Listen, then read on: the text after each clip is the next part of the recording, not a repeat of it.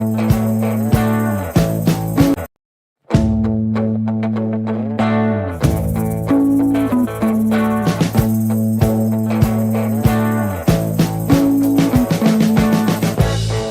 been living in sin so long, all the feels are gone. Fella stopped me on the street last night, said everything's alright. Roller coaster, make it through the day, I'm right. It seems your meal ticket is gone, but life goes on. I could never imagine something better. Yeah, right. Now you're cooking on high heat in the middle of the street. Roller coaster, take me to a better time. Let's go! All sing your high line with the roller coaster of life. Yeah. It's time to all choose your timeline on the roller coaster of life.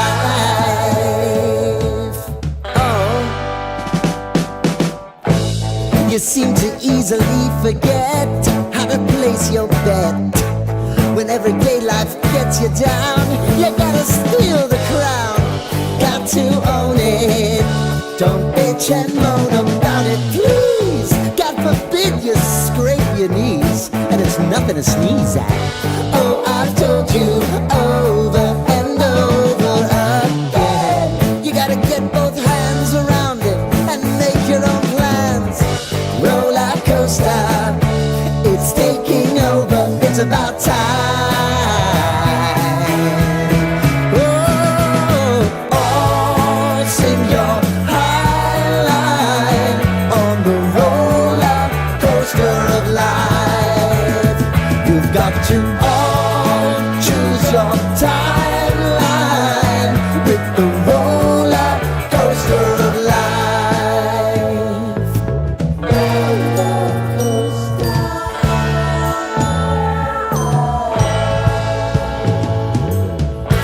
I want to go down the rabbit hole, down the rabbit hole of life.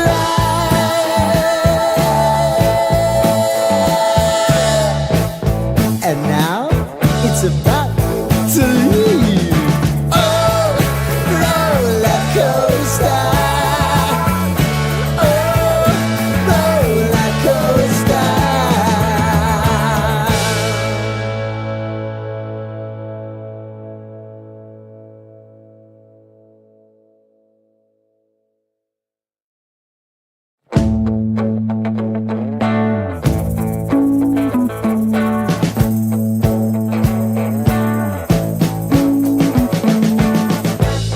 We've been living in sin so long, all the feels are gone.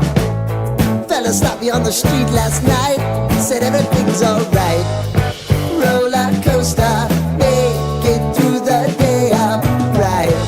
It seems your meal ticket is gone, but life goes on. I could never imagine something better. Yeah, right. Now you're cooking on high heat in the middle of the street. Roller coaster, take me to a better time. Let's go! All sing your high line with the roller coaster of life. Yeah. It's time to all choose your timeline on the roller coaster of life.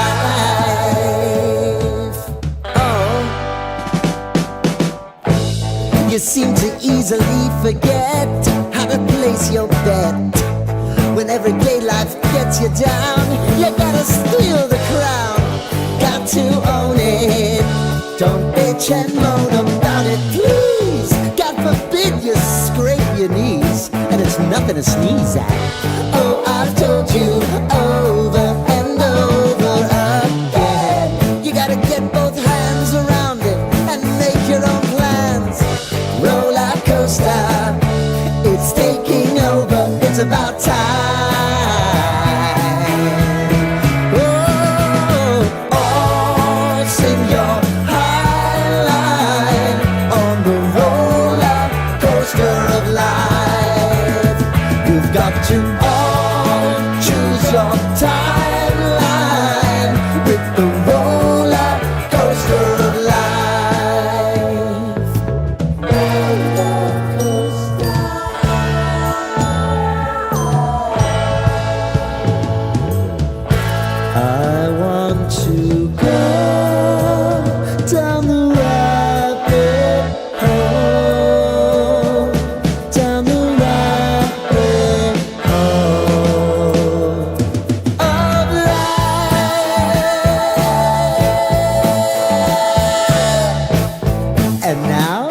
it's about to leave.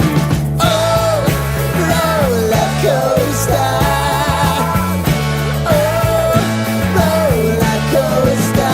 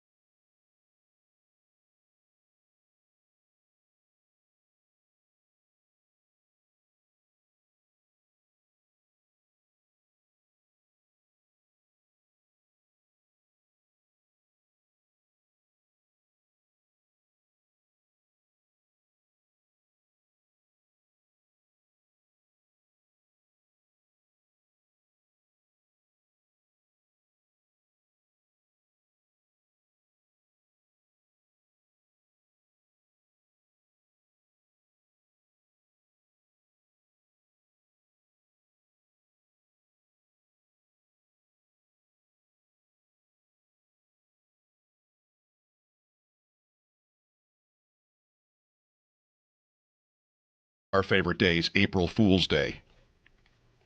I wonder if those chairs in that conference room down the hall will be completely just moved all around the room tomorrow.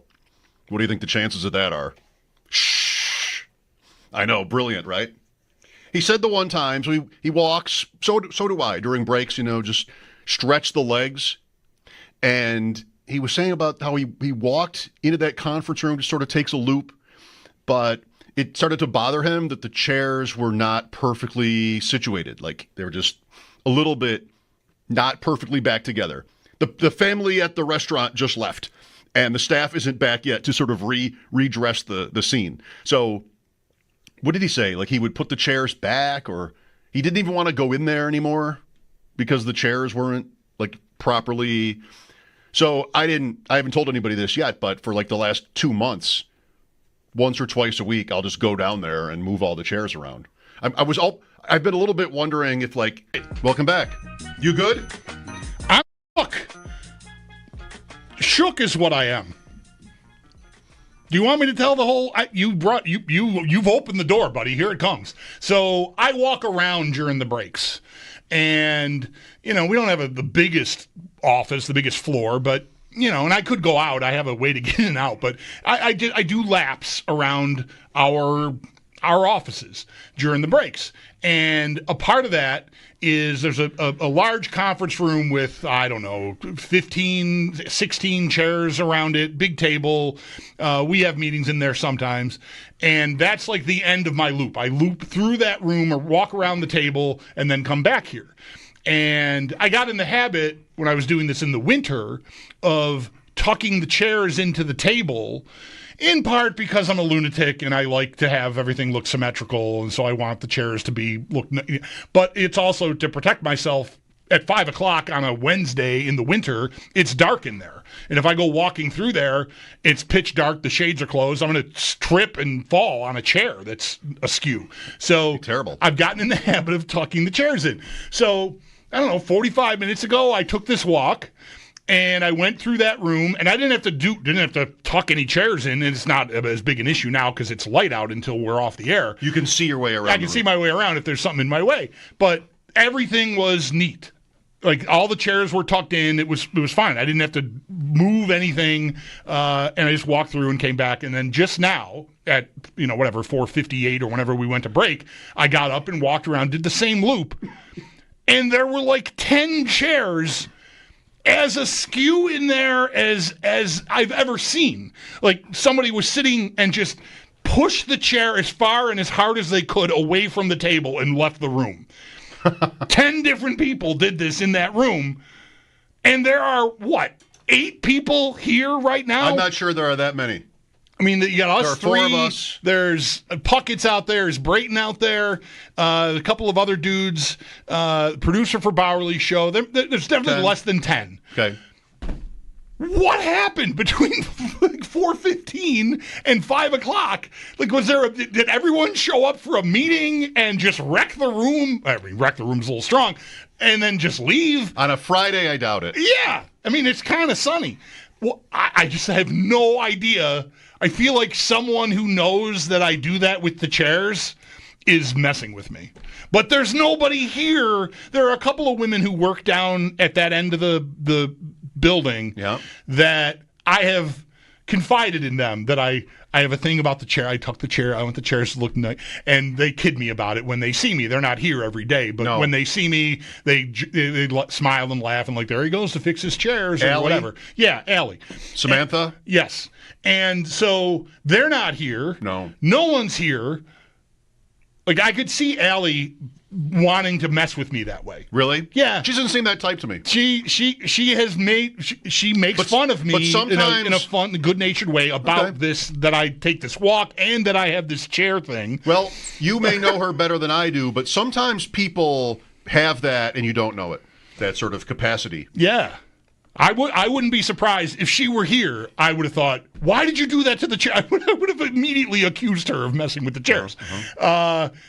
You sort of want to right now anyway, even though she's not. You haven't seen her. Right. I don't understand. Like, what happened to those chairs? Who moved those chairs? Who was in there? I mean, there's really no chance there was a meeting. No. If everyone who's here in the building right now went down there, including us, and left the chairs like that, that's the only explanation I have. And I know we didn't do that. I don't believe any of the people that are working in the newsroom went and did that. What the hell happened? I don't know. What would make the most sense? It wasn't just one chair either. It literally was like 10 chairs were just all over the place in there. I mean, as far away from the table as the walls would allow them to be is where the chairs were. And I just, I stood in the doorway like, how? Why? You'd been there. You'd been there an hour ago. Not even an hour ago. And then you went back. Yeah. And there's no one here. I'm ghosts. I am shook by this. Honest to God, I do not understand what just happened. What would be the likeliest scenario? Something happened. Yeah. There was no meeting. There's no way the big shots are coming in to have a meeting, and they wouldn't even do that anyway. I feel like most of the people we work for would put the chairs back. You know, like you're taught to do. Like you're taught to do. I can tell you. Not. I can tell you that does not happen. Okay, maybe not. But they're not in the building. Yeah, and so that's out. And this was way more aggressive than it. Normally, there'd be like a chair or two that might be in my way that I could trip on if it were dark, and I got to tuck it in. Mm-hmm. This again was like 10 of the chairs were just like, what's even happening? I don't know. It would not have been. Given the state of the room, it would not have been surprising to see one of the chairs on the table. Literally, that's how messed up the room was. You know, I hadn't thought of that one. So I just don't have any idea what could have happened. I should have thought of that one. Did you go down there during a break and move the chairs? I've been doing it every day. And last week, right, Zach? One day, I talked about it. Wait, this is real. The audience knows. Oh, you guys are the best. I was so worried I missed your live reaction when I had to do my update. I was very nervous I missed your live reaction. I couldn't look at you.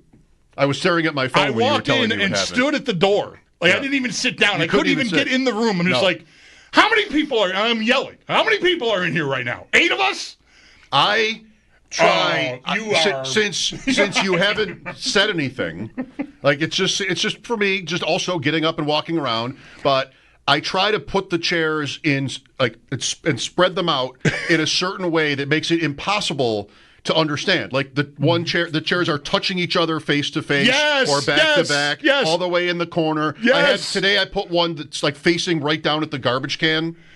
So you'd be like sitting right up on top of the garbage can. Well, I don't know. Good job. I don't know. You did a good job. Finally. You shook me. Finally a payoff. Were you what? So you have been doing this for how long?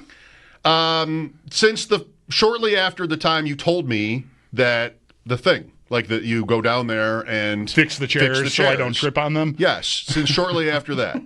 Not every day, but every other day. Were you doing this when it was dark out still? I don't know. It was whenever you said that. Because I never experienced. I never had any. What was that, like 2 or 3 months ago? Yeah. Okay. Since then. Wow. And I do think like it hasn't come up yet. Is there a way I can make it even more ridiculous where the chairs, like I haven't gone as far as to stack them or put them on the table. Right. Because I really don't want a problem. Right. Well, today was the first. They have been askew, and the room has looked different other days when I've gone down there after having been in there already, when I don't think anyone's here. But I guess I'm not sure. You know, they could have been in a different conference room having a meeting with the door closed, and they, for some reason, went in that room because they needed the TV in there or something. I don't know. Yeah. So I've never really given it a thought, and it's never been askew enough for me to react the way I reacted. You finally got me to where I was like, how could this have happened? I love the one where, like I did, the first one, if you go right to around the table from right to left, the first change I made is to have the chairs, like the front of the chair just touching the other one. Like if people were sitting in those chairs in that configuration, they'd be on top of each other. Right, like holding hands and like doing some sort of a trust exercise or something. Yeah, right? Something sexual. Like it would be, why would two chairs be positioned like that ever? Because it would never happen if you just got up and left. They would never end up where the chairs are literally touching front to front. Right. Yeah. And I know you had a thing about that one that's a different kind of chair. Oh, yeah. So I always make sure to move one of those. Yeah. The leather one. Okay, yeah. That's all over now. I mean, that's it. That has been... It's worth it. Prior to today, when... Because the chairs... There are 3 kinds of chairs in the room. Is that right? There are. I should know that by now. You'd think I would know that by now. One set of them are exactly the same chairs that we're sitting in right now. Mm-hmm. Then there's chairs that have the same seat and back as we're sitting in, but have different arms, longer, sort of curved arms. Then there are chairs that have those same curved arms, but different backs and seats, like full leather or whatever, vinyl, whatever it is, coverings. And I told Allie this when I first brought it up to her. Eventually, I confided in her that I'm stopping short of looking in the other conference room to see if there's enough chairs to make all the ones in the room I walk through the same. Swap them out? So what I've done is I have all of the kind of chairs. The one kind of chairs are on one side of the table. The other kind of chairs are on the other side of the table. That all matches because I'm insane, and that works for me. The ends of the table, anything goes. I don't really care. Right. Okay. So when You've made that change. When I see one of the chairs like we're sitting in on the other side of the table, I think, is there someone who always sits over there that wants this chair that I'm annoying? Yeah. By moving it and forcing them to sit in this. Well, they probably turns yes. out it's just you the whole time. Probably yes. No, there could be somebody who wants to sit in a certain chair, and they probably all sit in the same seats in those meetings. You've had a months-long gag running. I went to Puerto Rico and come home, and finally you get I don't even remember why I brought it up. I didn't have like a thought to bring it up. It was right at the beginning of a show one day last week. And do you remember why? I don't remember even why I said it. You were missing me, that's why. Something. Couldn't have been that. It just sort of came out. Like I felt like I was probably ruining it by announcing it. Nobody said a word to me.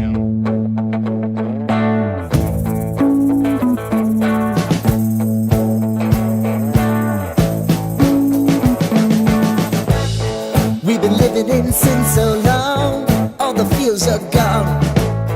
Fella, stop me on the street last night, said everything's alright. Roller coaster, make it through the day upright. It seems your meal ticket is gone, but life goes on.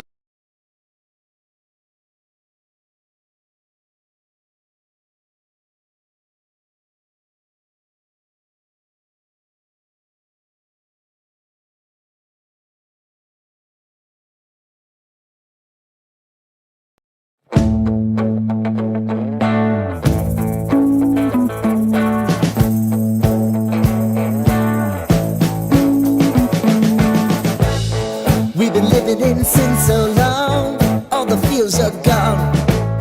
Fella stopped me on the street last night, said everything's alright. Roller coaster, make it through the day upright. It seems your meal ticket is gone, but life goes on. I could never imagine something better. Yeah, right. Now you're cooking on high heat in the middle of the street. Roller coaster, take me to a better time. Let's go! All sing your high line with the roller coaster of life. Yeah. It's time to all choose your timeline on the roller coaster of life.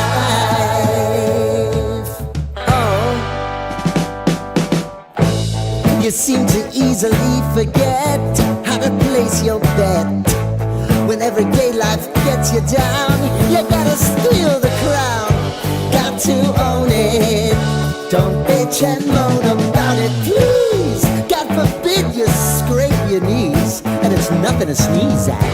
Oh, I've told you over and over again. You gotta get both hands around it and make your own plans.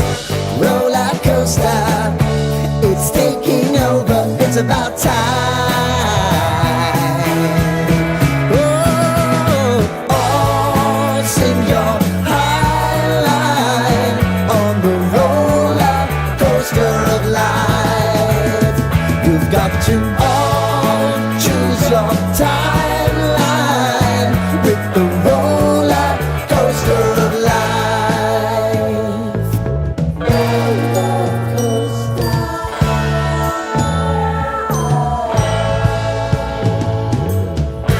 I want to go down the rabbit hole, down the rabbit hole of life.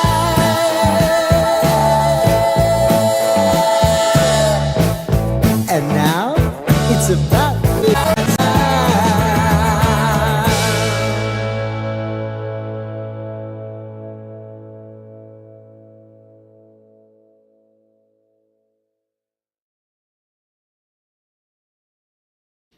Playoff action this evening in the NHL and the NBA. Both contests do start at 8 o'clock. Dallas hosts Edmonton, and the Knicks host the Pacers. The road teams are the two teams that can advance tonight with a win. For Edmonton, a win will see a rematch of last year's Stanley Cup final against Florida. Panthers ultimately took that in 7 games. The Oilers, though, are going to be without Zach Hyman for what is expected to be the remainder of the season. And then for the Pacers, tonight could see them get to the NBA Finals for the first time since 2000 and just their second time in their history. Oklahoma City clinched their place in the West last night. In the NFL, trade rumblings, but nothing official. Adam Schefter is reporting the Miami Dolphins are in trade negotiations involving tight end Jonnu Smith. It could see the Pro Bowler be sent to Pittsburgh, but again, nothing official on that end. Doubleheader action for the Bisons today. Game 1 went the Bisons' way in a walk-off as Alan Rodon played the hero. Fly ball to right center field. That's down for a base hit as Alan Rodon will win it for his second straight game. An RBI single cashes in Rivera from second, and from down 2-0, the Bisons walk it off 3-2.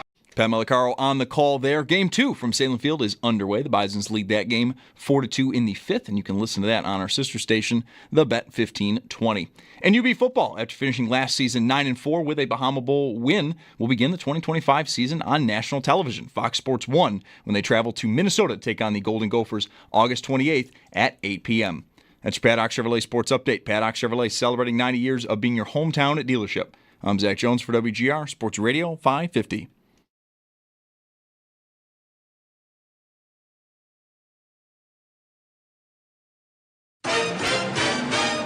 It's Mike Schopp and the Bulldog. They have this Panther sound effect that is just the cheesiest, stupidest sounding thing. Big voice guy going, Panther goal scored by Sam Reinhart.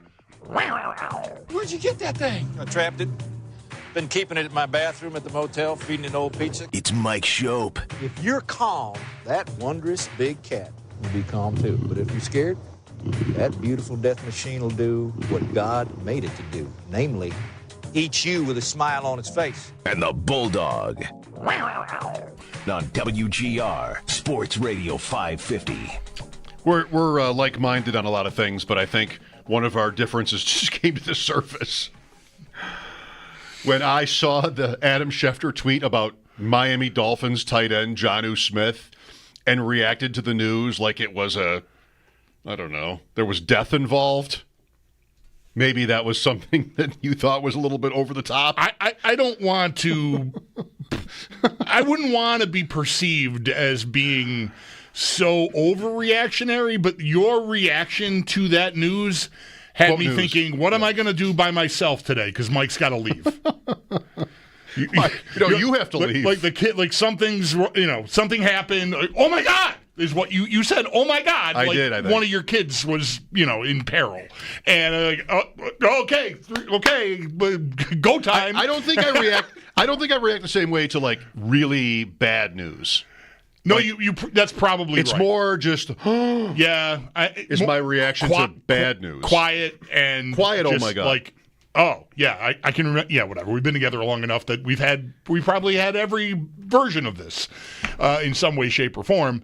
So that's right, but still, I immediately went to there's real trouble. Not you didn't know what I was reacting to. Tight end, I don't care about being traded. Maybe a distant relative has died. Oh, it hits you. You're not ready for it, and you're processing it immediately.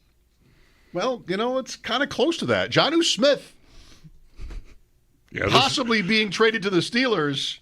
Yeah, this will have ramifications. This is a very way in which our differences are. This will have a ripple effect. The notebook thing from yesterday, which I still haven't shaken off, by the way. This will have consequences if this happens. If this were hockey, the hockey guys all do the same thing.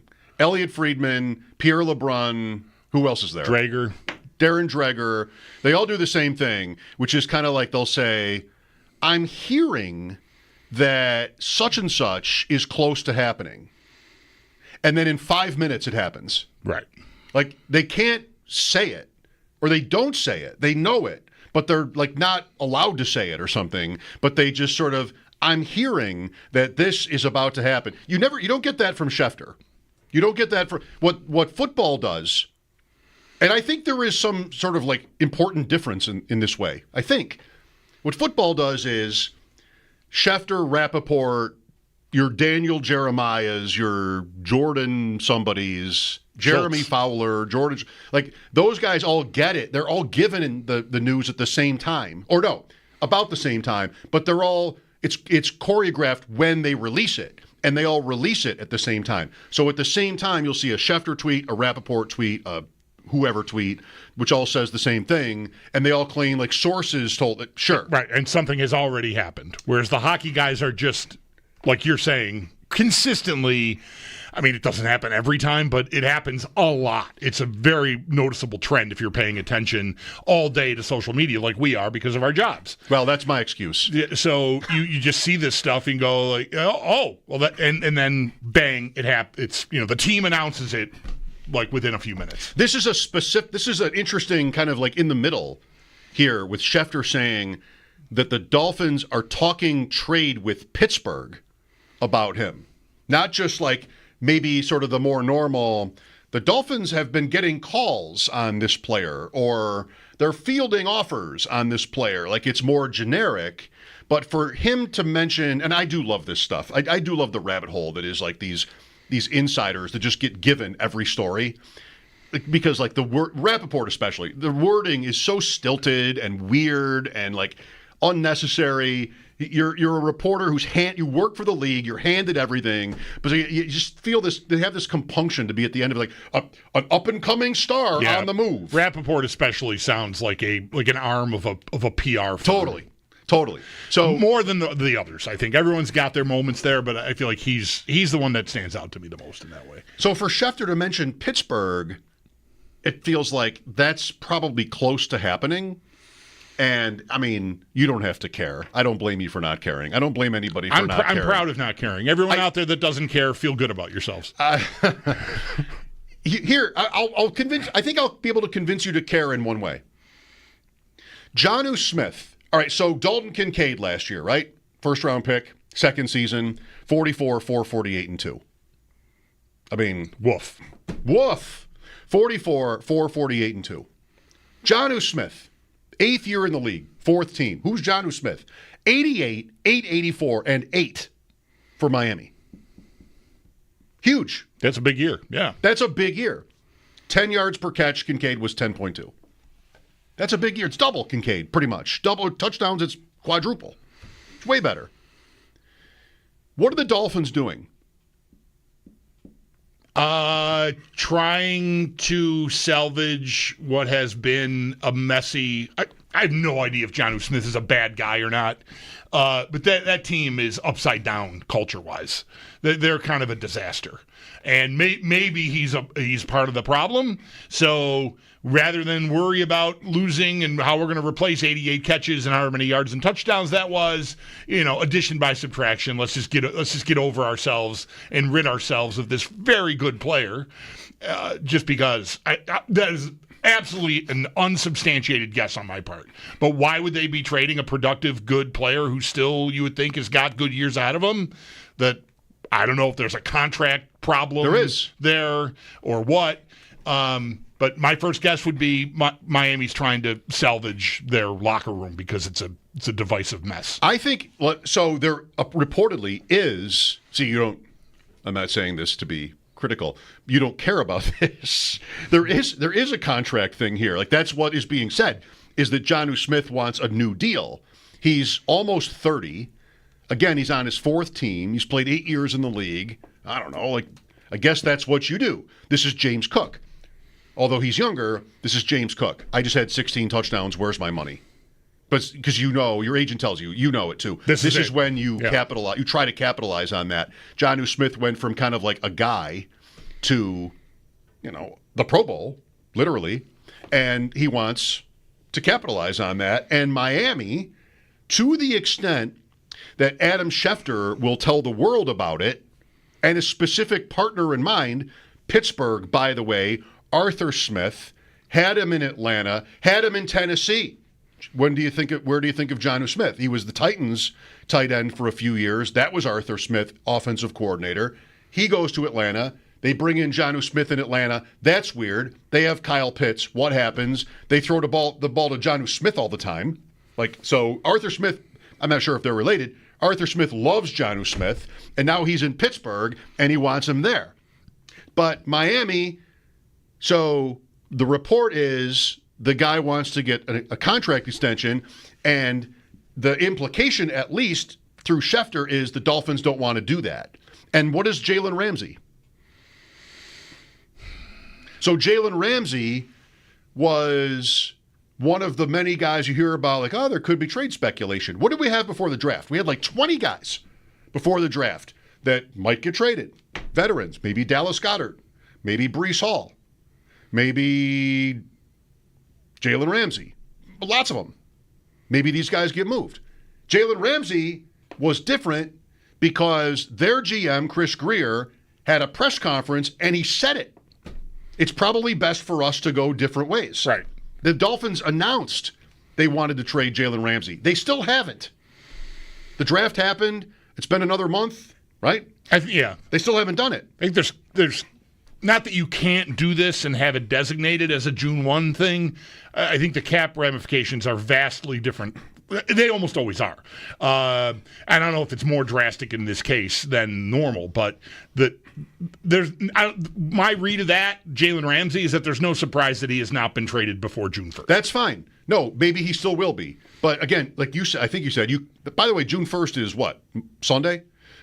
Sunday or Monday? You could still announce it. Like yes, that that's happens right. too. You can. They don't have that deal done though, right? You'd say? No, but he's still talking. Like Jalen Ramsey, I'm seeing tweets intermittently. People retweeted in because I'm not following. Why would I? Don't look at me. But I see, like he is tweeting all the time, like someone who's not on the Dolphins anymore. Oh wow, I tweet like that. Like he very much seems to me like he's I don't know if something's done and they're just waiting for whatever reason. I don't know. But he seems like he knows he's getting moved. Well, again, like the most important thing is that the Dolphins announced it. Like they intend for him to not be there. And that, I think, is kind of low-key what this is. What are they doing? Why do they need to trade Jalen Ramsey? Why do they want to trade Jonnu Smith? I mean, what are they going for? Saving money? Draft picks? Is that a tank? What's going on with Miami? Where's Tyreek Hill? Tyreek Hill is the one guy who for a minute said he was done with them, and that softened, and you don't hear that right now. But is that coming? Are the Dolphins, I don't want to say tanking, because there's a long distance from Miami right now to the bottom. Sure. But why would they be doing these things? My guess is still, my best guess is my first guess, which is it's all locker room chemistry, culture. It's the GM maybe trying to save this for Mike McDaniel. I think, or maybe the GM trying to save himself. I think everyone recognizes that the window. It looks like the Dolphins. You said it the other day when I said it, that the chorus all sounds the same. On the AFC East and the Dolphins in that. They're going the wrong way, people. They peaked. They peaked a couple of years ago, and it ain't getting better. And so while they've got the big money wrapped up in Tua and the big money wrapped up in Waddle and still in Tyreek Hill, who has not been any kind of a perfect teammate at all, it seems, they are trying to repair things so they can give it their level best. So that when they open the season 2-3, the whole thing doesn't go sideways on them. Because guys are just they recognize it's open season. This coach is on thin ice, the GM's on thin ice. What are we doing here? Maybe they're trying to save it. I don't know if the guys that are being mentioned here. I mean, Ramsey's been a big personality in the league. That doesn't have to mean he's a bad guy on a team, but my guess is they're trying to salvage something there, and so not go backwards. More, it's addition by subtraction sort of stuff. Does that ever work? You're taking two of your best X number of players out. They haven't done either thing yet, but you're maybe taking two of your best guys out because you want to save the locker room. Like, does that ever work? Do players appreciate that? Do they respect that? Why isn't he here? I mean, it kind of, I don't know. It smells to me. I don't know. The Bills did it last year with Diggs. I'd say it worked. And they also divested themselves of a lot of good players, not for culture reasons, but just the reality was they had to make moves. So, but the Dolphins are not the Bills. Chemistry thing. Yes, the Dolphins are not the Bills. I mean, the Bills had won. Obviously, I don't have to tell you, but that's an important difference. I think they'd won the division years in a row. The Dolphins are the Bills' patsy. Like, are we going to do this? Are we trying to do this? Are we trying to get there? Are we giving up? I don't know. Like, the Bills had established, there's been a lot said, and there's, you can always talk about, like, the Diggs move and what that really was. It was kind of cocky to trade him, but yeah, it did work. But the Dolphins are a team that has not gotten there, and for them to want to trade good players right now for who knows what is weird. All right, I'll say it again, and you can get more aggressive about batting it out of the park if you want. I don't mind, because I'm just guessing that they think what's holding them back is the good players who are not good guys, not good team guys. Do you think that? I mean, we wouldn't know. I think they have last year there was a lot, I think, and into this offseason, stories about guys skipping stuff, not being in meetings late, and the discipline not having any impact, if there was any, and that it was just kind of a rudderless, leaderless mess. So, I mean, again, I'm not saying it's going to work either, but their logic might be we've been going like this with these guys as our veteran leadership group, and it isn't working. We haven't caught the Bills. We were closer to them 2 years ago than we are now, like you just said. So if we don't think this is going to work, if we're worried this is going to just start burning as soon as it gets a little adversarial. In order to save ourselves, the GM and the coach, I'm going to try some different people. I'm just saying it's a space on the board you could land. I don't know. And again, I have no idea if Jonnu Smith fits into this. Yeah, that's tough for me. Like the leadership council or whatever of the Dolphins, including Jonnu Smith, who was there for one season, and has he ever done an interview? I don't know. I don't think I've ever even thought about him in this way. I'm not there. Jalen Ramsey, you said, big personality, maybe, but he's also new. Like he's not Tua. That's interesting too. Like to think about him. Because he's pretty quiet, like Tua doesn't command. He doesn't have like a commanding presence where, and that's probably some part of the problem. Is that a guy that does everything right, that is a certain amount of good, doesn't have the personality to sort of bring everybody with him. And so you've got even a guy that's only there 1 year, if he's not dialed into the program, then I don't want to give you a raise. I have no idea if that's the case with Jonnu Smith. I can't really even get close on the personality stuff. Whatever, who knows what that is? I certainly don't either. But I guess it can be logical because he's older and good, right? So he would have maybe some. Is there a reason why he's been on 4 teams? I don't know. I don't know. Again, circumstantially, I don't know. If he's about to go to 5, the reason he's been on 3 of them is because I think Arthur Smith exists in the world and really likes him. I think what this probably is the Steelers. They have Pat Freiermuth at tight end, but name their weapons after Metcalf. They dumped Pickens. Speaking of teams with personality quandaries. They dumped Pickens. Name their guys. It's DK Metcalf, then it's who? Jaylen Warren? They have Jaylen Warren, who's been a part-time running back, and that's a running back. They have Freiermuth, who's an okay – put his numbers next to Kincaid if you want. He's done a little bit. He's okay. He's fine. They have Roman Wilson, a receiver out of Michigan, who had a lost season last year as a rookie. They're bereft after Metcalf. Arthur Smith – he's been around a long time. He might think he's getting Rodgers. He might know it. But it would make sense that he would want this player. So they look up the Dolphins, or somehow that conversation starts. And this is different from you. The Dolphins go, oh, he wants money? Fine, go. I think that's what it sounds like with Ramsey and with this player, and who knows who else. That's kind of where they are, and I say good luck to the GM. I mean, how long has he been there?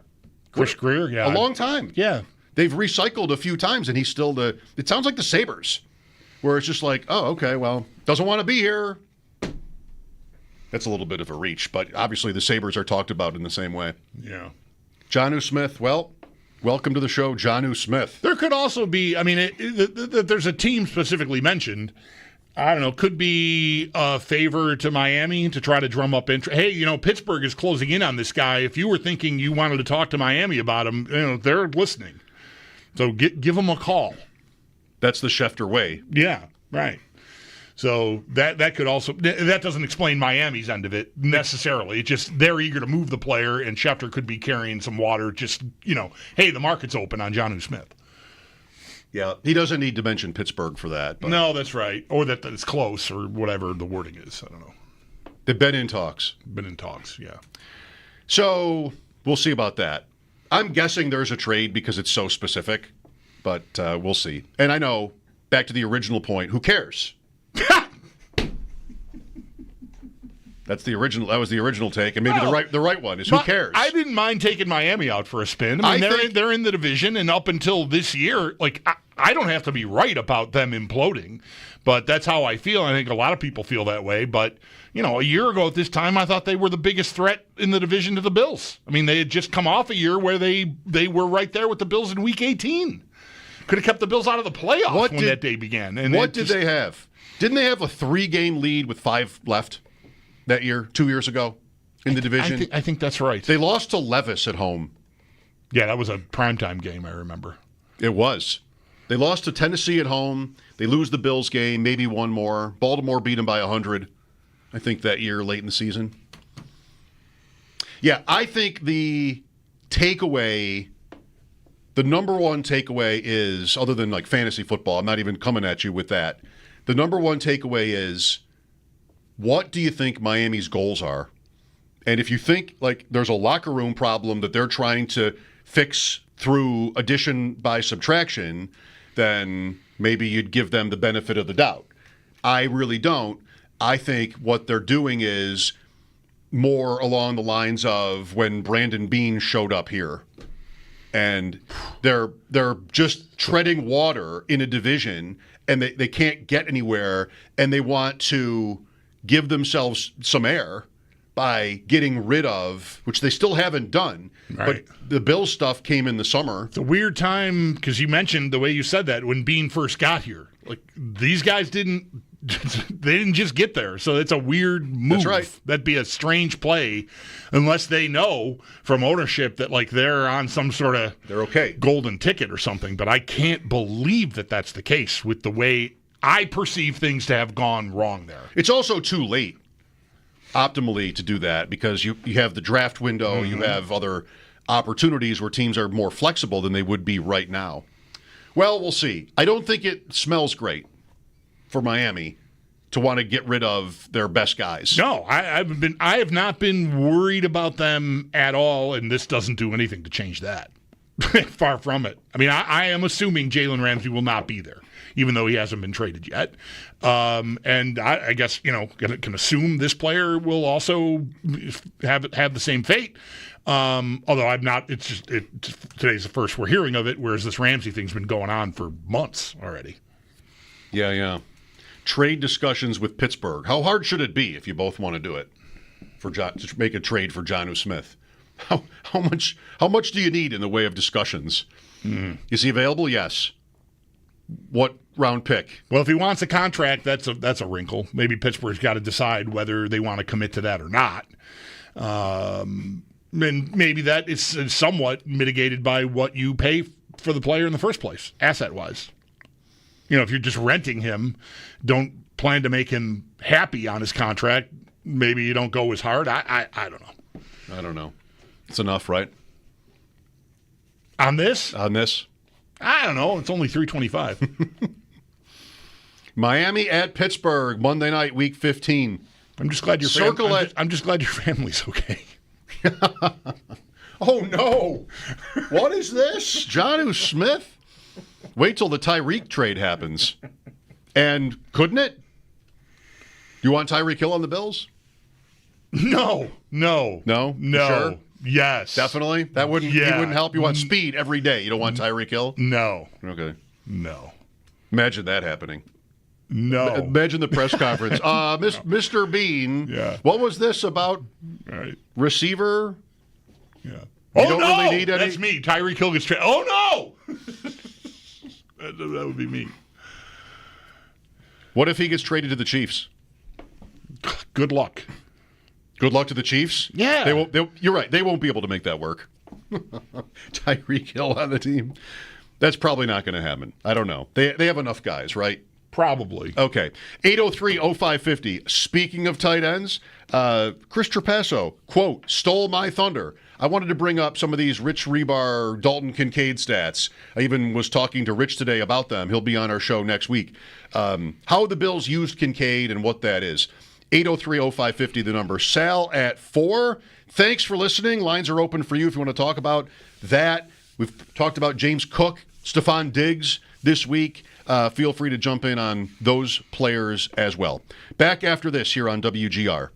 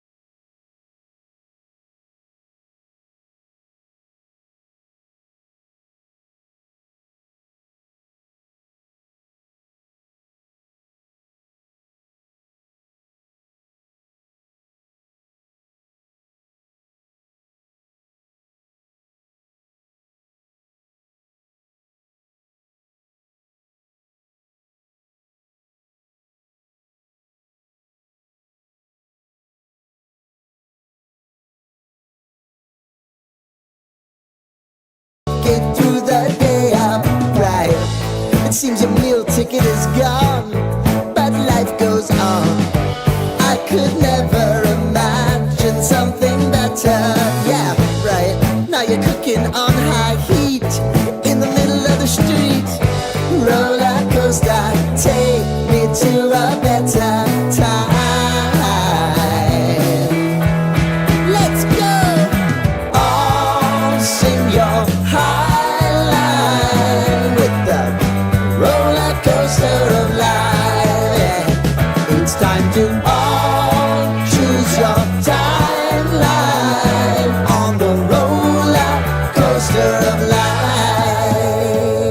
It's a good question to bait somebody into answering, and no matter how they answer it, it kind of makes the guy that's answering it look bad. If I say I don't want to be a mentor, I look bad. If I say I do want to be a mentor, then I look like an idiot that doesn't care about being good and playing football. So it's one of those questions that no matter what I say, you guys can write what you want to write about it. And there's a lot of questions like that. That's why you end up having to try to avoid them. I tend to try to be honest. And I've said I'm not a mentor. I play football. And in a quarterback room, there's a lot of times there's been a ton of times where there's learning experiences, and I have a lot of experience, and I can talk on things, and hopefully they listen. But it's not necessarily like my job to like make sure they listen to me. You know, hey, like hopefully you have a really good relationship with the guys that are in the room, and you naturally want to do that. That was a long-winded answer, but that's ultimately why I think you guys ask it. Here's the thing is, like, because of what I just said, like, you're acting like I wouldn't want to be a mentor. Like, once again, it's not really about that. It's just not the main focus. I see myself as a guy that can play in this league. So if your main focus was just like, hey, but I'm going to get you ready, you're just not taking care of business. The best way to be a mentor, honestly, is like show people how you go to work, you know? And like I said, hope that they pick up on that stuff, but not necessarily force them to pick up on the things that you do.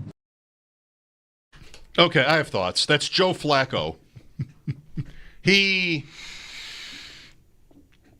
don't know how he would say it, but he kind of got stuck, I think, in Baltimore. Yeah, he did. By this question. That's what I remember him. I remember, I don't know if clobbering him is exactly accurate, but feeling like, dude, they drafted a young guy. Like you should help, and he sounded very standoffish about it, which certainly shades his response there to a similar question. It sounds like he remembers what happened. I heard this earlier. Flacco in Cleveland, they drafted 2 rookies, and they have Kenny Pickett, who's still pretty young himself. And he's had bouts with this question because of in Baltimore, he just bristled at the notion that he would be a mentor to Lamar Jackson. And now we're here in Cleveland in this situation, and he having been through that, I think, made an extra effort to try to explain himself there, right? That's how it sounded. And I don't resent any of that. I just think he's trying too hard to get across that, no, it's actually fine that I don't want to mentor these guys because I'm here to play and compete with them. And they will pick up on this and that. And he said a lot there. I just thought when I heard it, it really doesn't, you don't have to be so hard-headed about this, really. Like, if you want to, like this, if he wanted to define mentor, these reporters who maybe are annoying him with this question aren't defining the term for him. You get to define the term yourself. And really, if, as he says, showing up, doing the work, working hard, playing well, all of that serves to qualify him as a mentor, then leave it at that. Then you are. And then what are we worried about? Right. Then I'm doing what I think. This is all just like sort of beneath the surface. I'm doing what I think is helpful, is best for me and everybody and the team, right? I'm doing what I think is best for the overall to, help myself, help them, help us. Then that can count as being a mentor. I think maybe the thing that stands out to me about the entire commentary is that I'm not sure. I mean, he's in the shoes. I'm not, but the perception that he is suggesting we would have, or people, fans of the Browns, whoever would have of him, if he settled for being a mentor, if he welcomed it and said, because, there's an easy speech there that you can make without all of the other points he's making. I don't think anyone would say, oh, he's not competing. He's just collecting a check. He's not trying. He doesn't care about winning the job or winning games or putting up numbers or really just competing.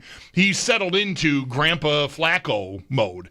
I don't think anyone would think that if he just talked about his experience being helpful to young guys and being around them, and if that rubs off, great, and just leave it at that. That's right. I can't imagine a scenario where at his age, if he's talking up the young guys and feeling like he can be of some use to them and the organization moving forward in their careers, that people are going to take that as he's not trying to play the best he can. Right. That's a humongous leap. It's all fine. And I don't know, maybe he got, I'm guessing he spent a lot of time thinking about this after getting sort of roasted for it in Baltimore.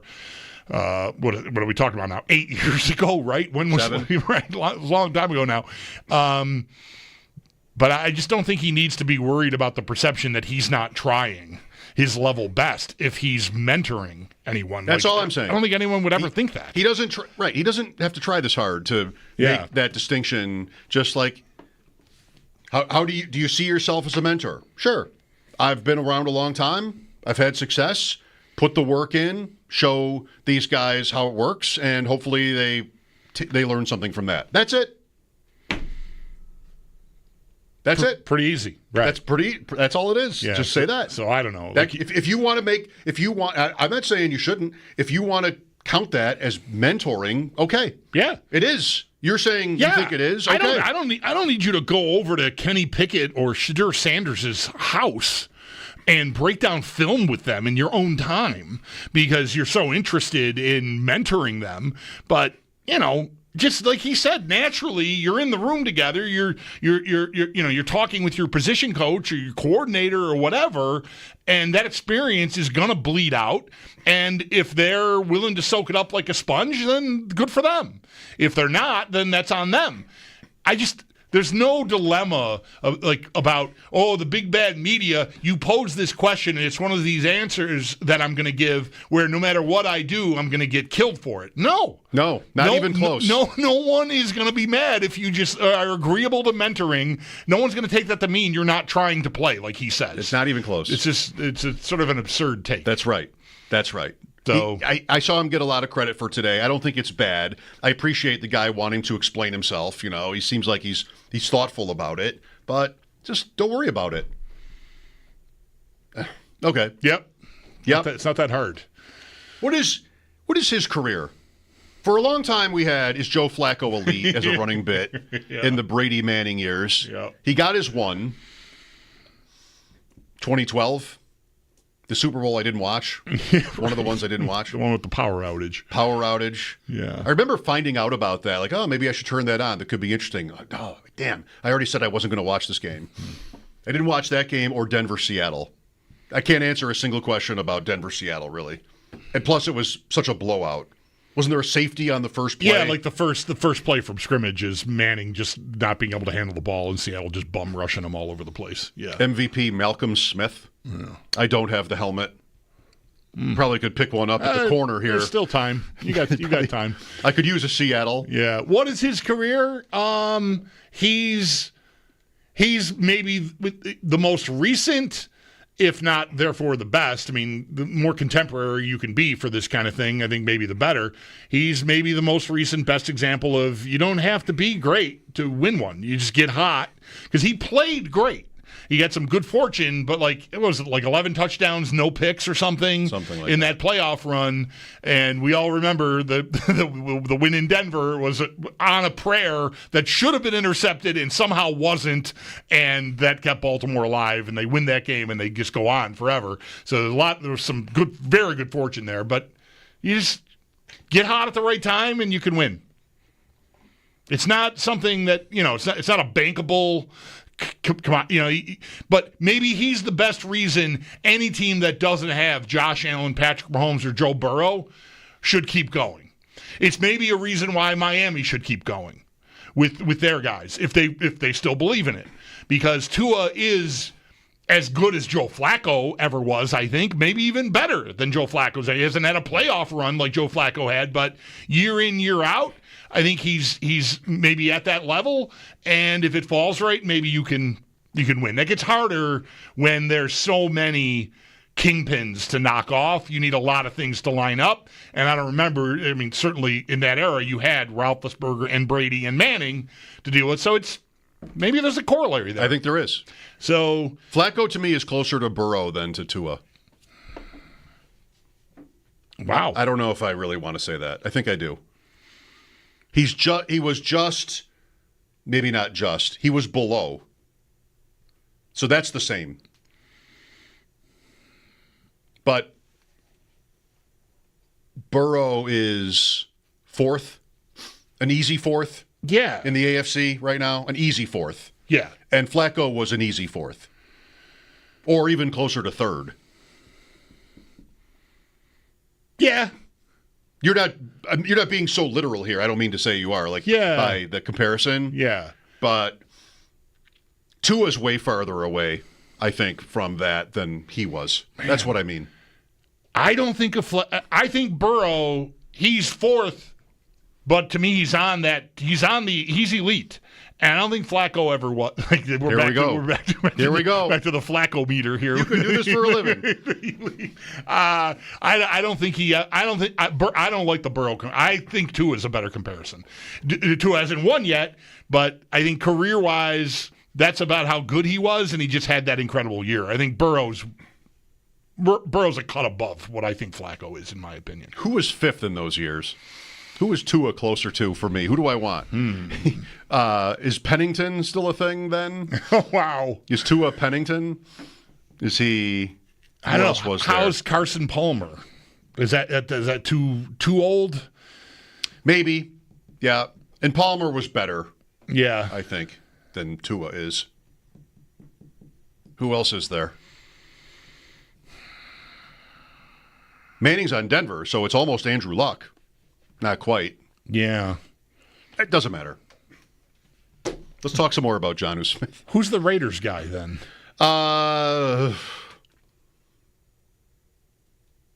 What? There were a lot of them. Yeah, right. So they didn't have one is probably the right answer there. I mean, you have Jamarcus Russell as a first overall pick in there, maybe a little earlier.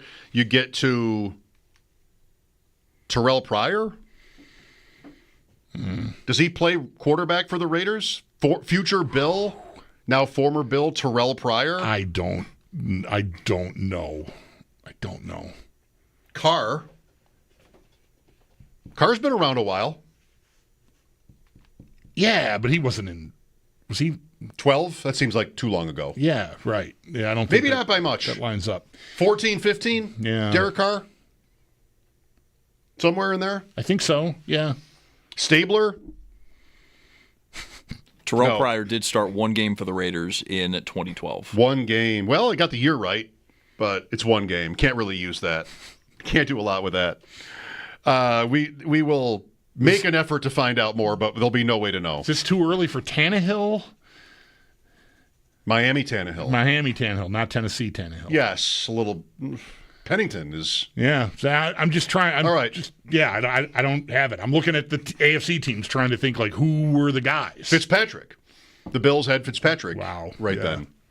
Sal coming up at 4. Mike Schopp and the Bulldog here, WGR.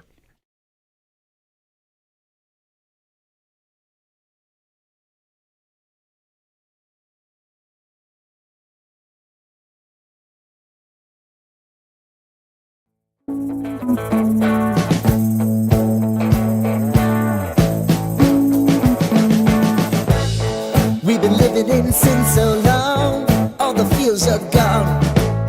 Fella stopped me on the street last night, said everything's alright. Roller coaster, make it through the day, alright. It seems your meal ticket is gone, but life goes on. I could never imagine something better. Yeah, right. Now you're cooking on high heat in the middle of the street.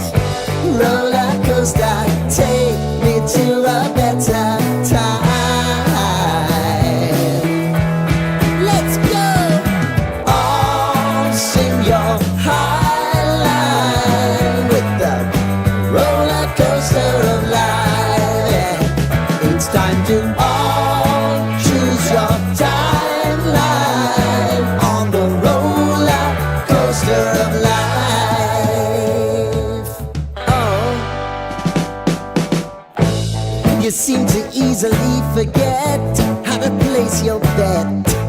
When everyday life gets you down, you gotta steal the crown. Got to own it. Don't bitch and moan about it, please. God forbid you scrape your knees, and it's nothing to sneeze at.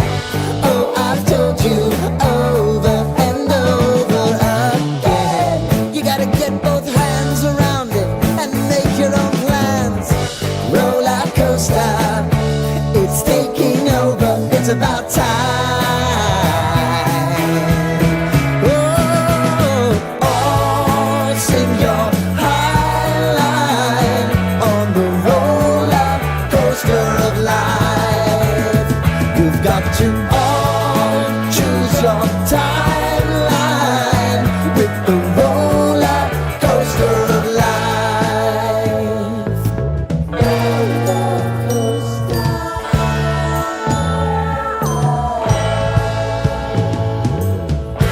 I want to go down the rabbit hole, down the rabbit hole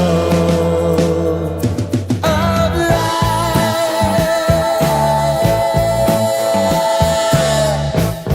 And now it's about to leave. Oh, roller coaster. Oh, roller coaster.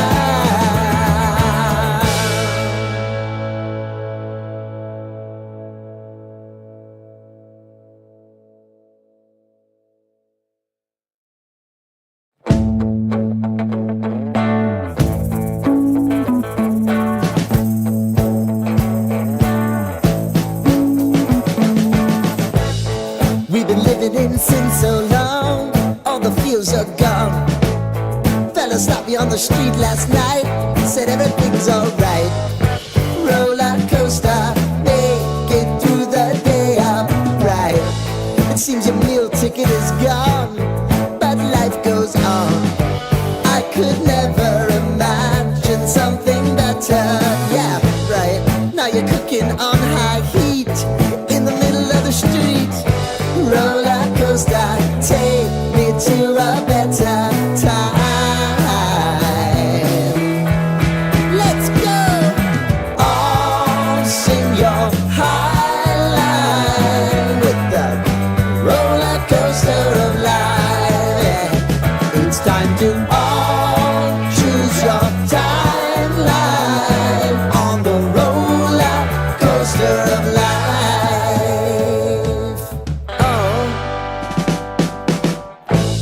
You seem to easily forget how to place your bet.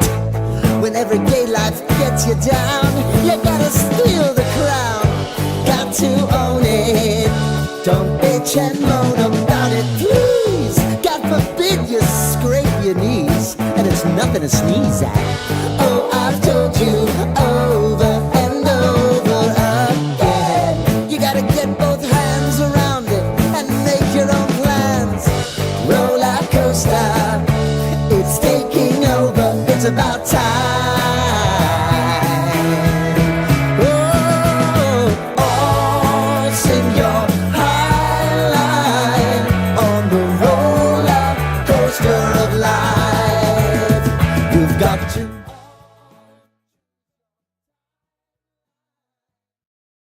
Book topic kind of took off yesterday. Quote, notebook topic. I was pretty happy that you responded to a tweet from someone with the video of it, because Yeah. I hadn't seen it. Yeah. And I LOL'd at home last night when I saw it, because the shot where you first whatever, I don't remember exactly the sequence of events. I just know there's a moment where my mouth is genuinely hanging open, like I cannot believe what I just heard. Yeah. And it's not a put on. I'm not doing that because the cameras are. I forgot. Whatever. That was real, and but that was good. And I would not have seen it if you hadn't, because I don't go looking for that stuff usually. Yeah. So you're commenting on it from a listener pointing something out, got me to look at it, and I thought, all right, that's a good job. Good job, G, cutting that up and getting it out there. Yeah, if I think it's funny, I'll share it. Right. I mean, I guess I have to. I'm admitting that there has to be. There's a certain threshold. I have to like it. Right. I have to like sure. it. Yeah. I don't just. Lots of clips of me I haven't really liked. I don't pump that. Not from G, I don't pump that stuff out. Yeah. Just over the years, blindly. I don't really want anybody to know. I want to know my name. If my name is on it, I want to think it was worth. I want to be. Proud if it's a little strong, but I want to like it. Yes, a couple people did say that you're a serial killer. I saw that. A couple people did say that they know someone like me. That's the closest I got. My wife does this. I saw a couple times, but it's all good. It's all good. Do we need to explain what we're talking about here for people who weren't with us yesterday at this time? No. Okay. Go find it. If you missed anything on the show, go to the Odyssey app, go to WGR 550 on Twitter, find the video, and you can see all about it. Absolutely refuse to explain it. Mike doesn't know how notebooks work. We'll just leave it at that. And I was out of line saying that normal people would write in their notebooks like myself, because enough people said, "What are you talking about?" But it's definitely not 1 in 1,000 that are doing this the way I am. It's definitely more than that. So, as always, as usual, the answer's in the middle. You're going to give yourself the middle there? Well, yes. Maybe it's not 50-50 either. I'll take the middle. Middle's doing some pretty heavy lifting there, I think. Yes. Yes. That's fair. That's fair. Did I also mention recently how they were talking about music in the house?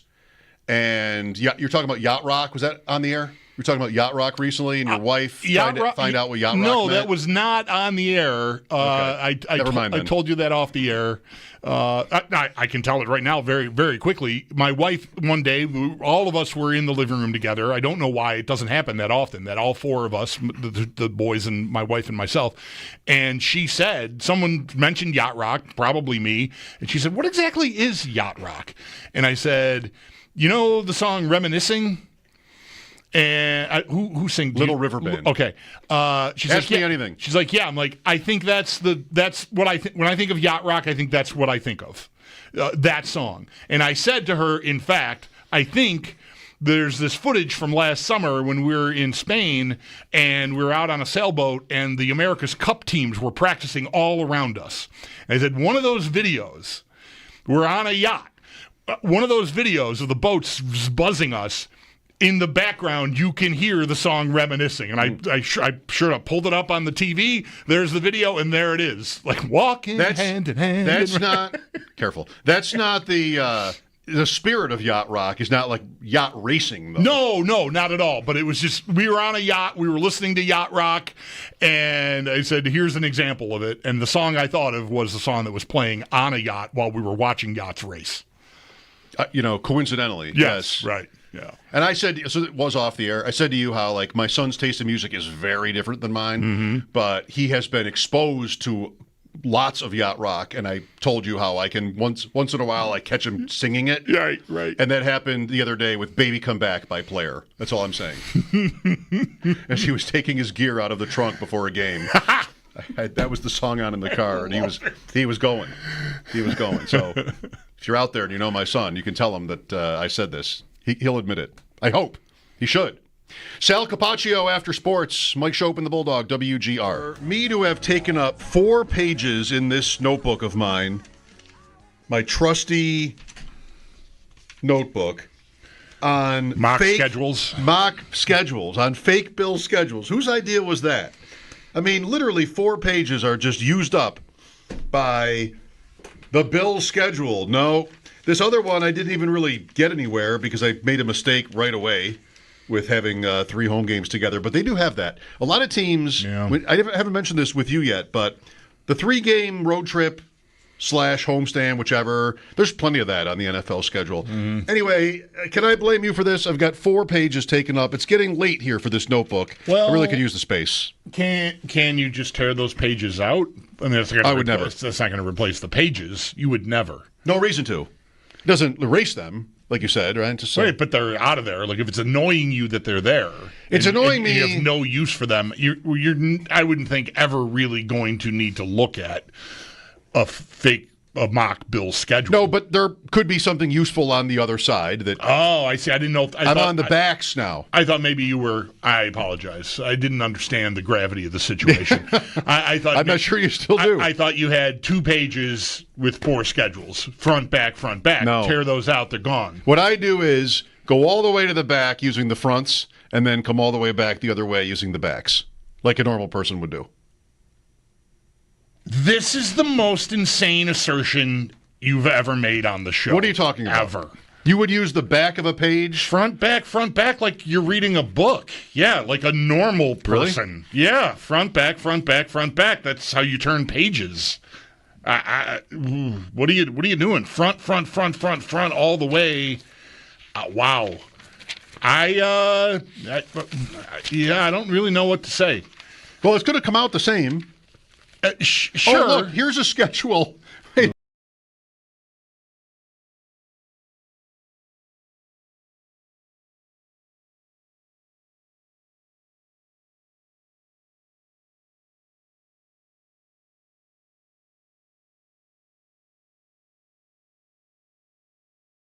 Seem to easily forget how to place your bet. When everyday life gets you down, you gotta steal the crown. Got to own it. Don't bitch and moan about it, please. God forbid you scrape your knees, and it's nothing to sneeze at. Oh, I've told you over and over again. You gotta get both hands around it and make your own plans. Roller coaster, it's taking over. It's about time.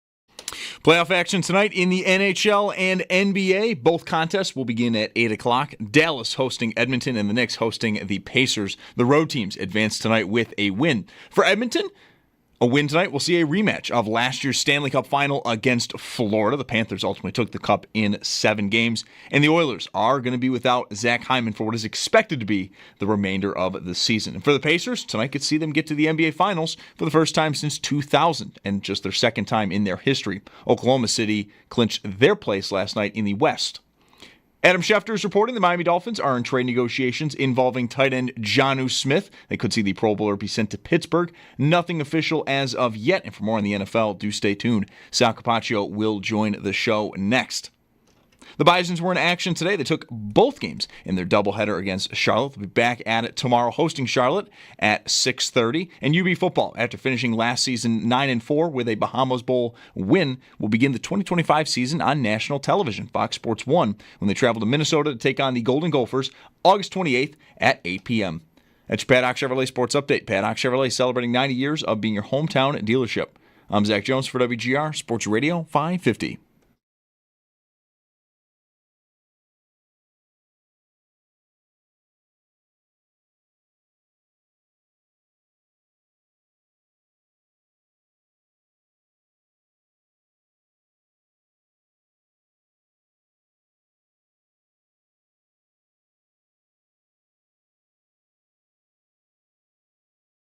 Welcome back. Bills have been on the field some this week.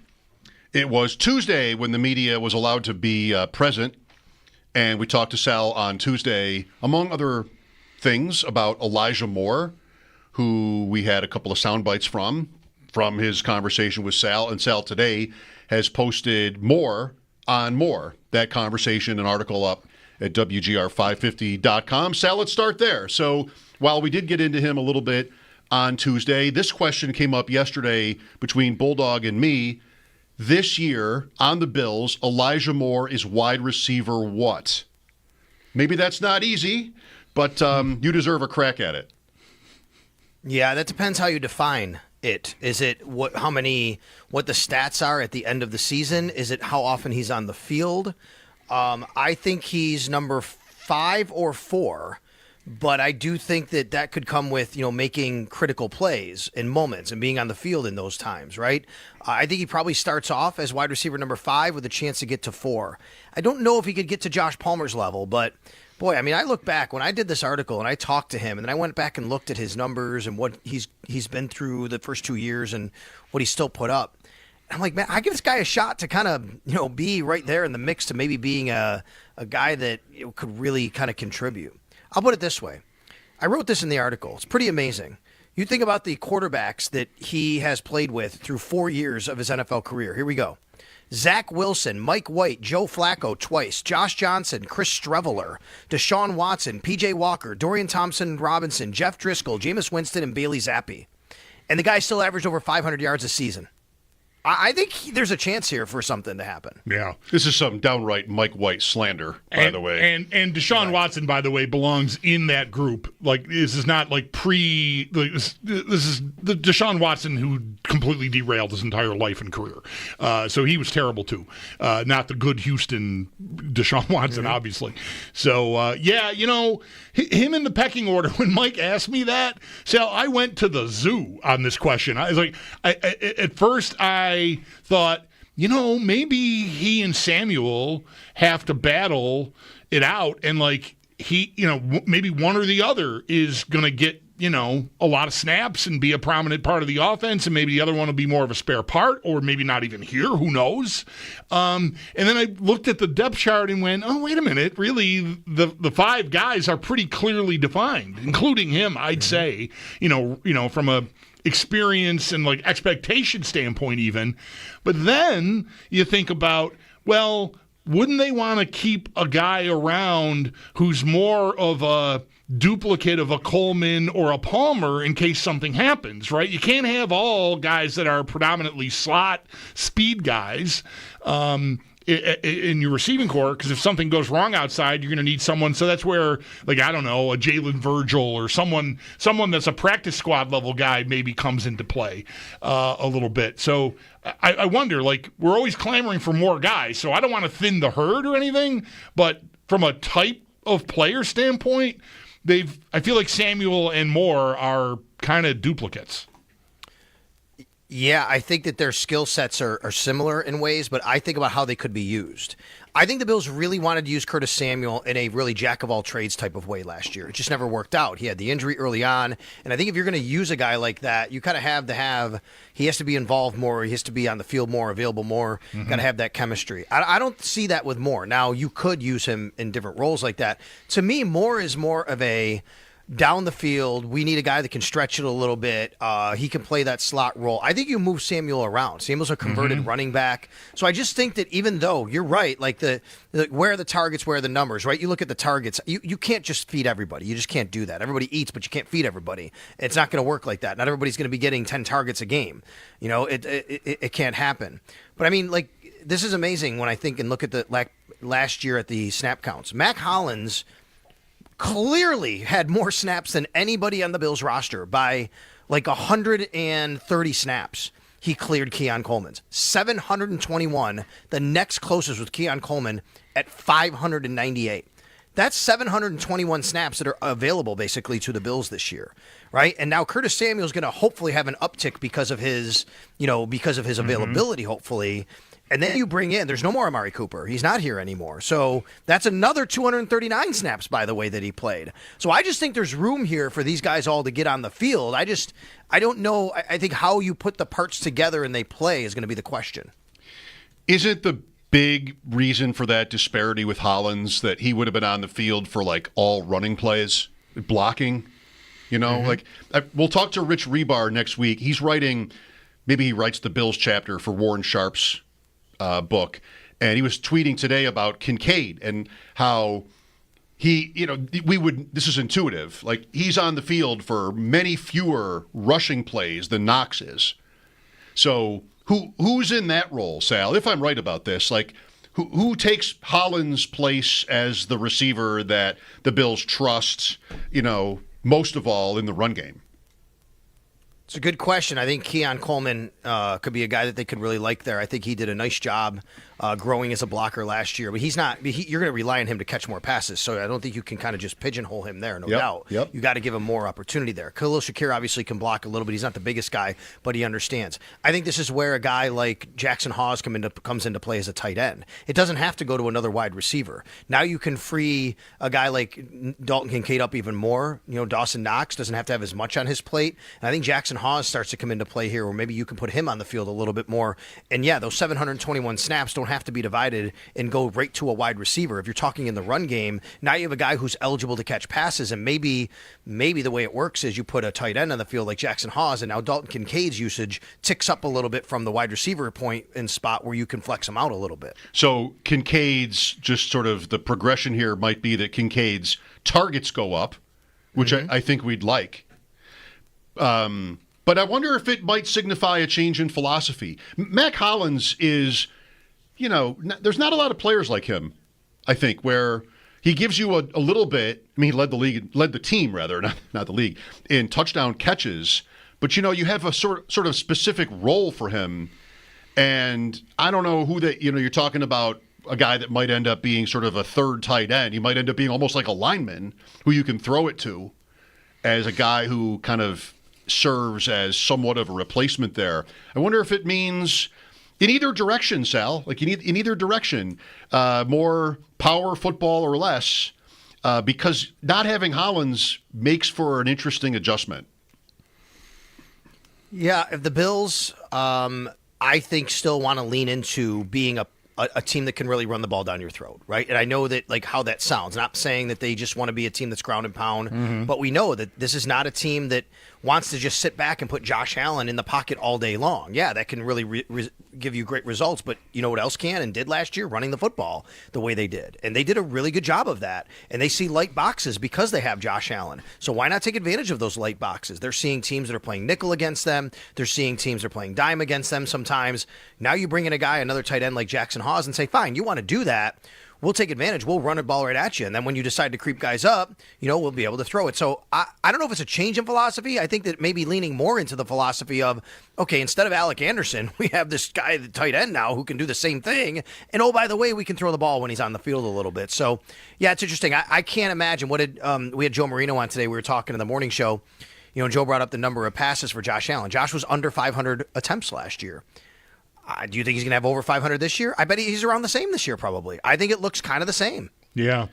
Sal, let's hear a little bit more, if you're up for it, about your conversation with Moore. Because, it's not a guy, he showed up after the draft and there was, all this hoopla about being, choosing to attack mode the way he did about the receiver conversation. And then here comes Moore, and I think the idea might be growing on fans that he could be someone who has an impact. What did you take away from talking to him on Tuesday?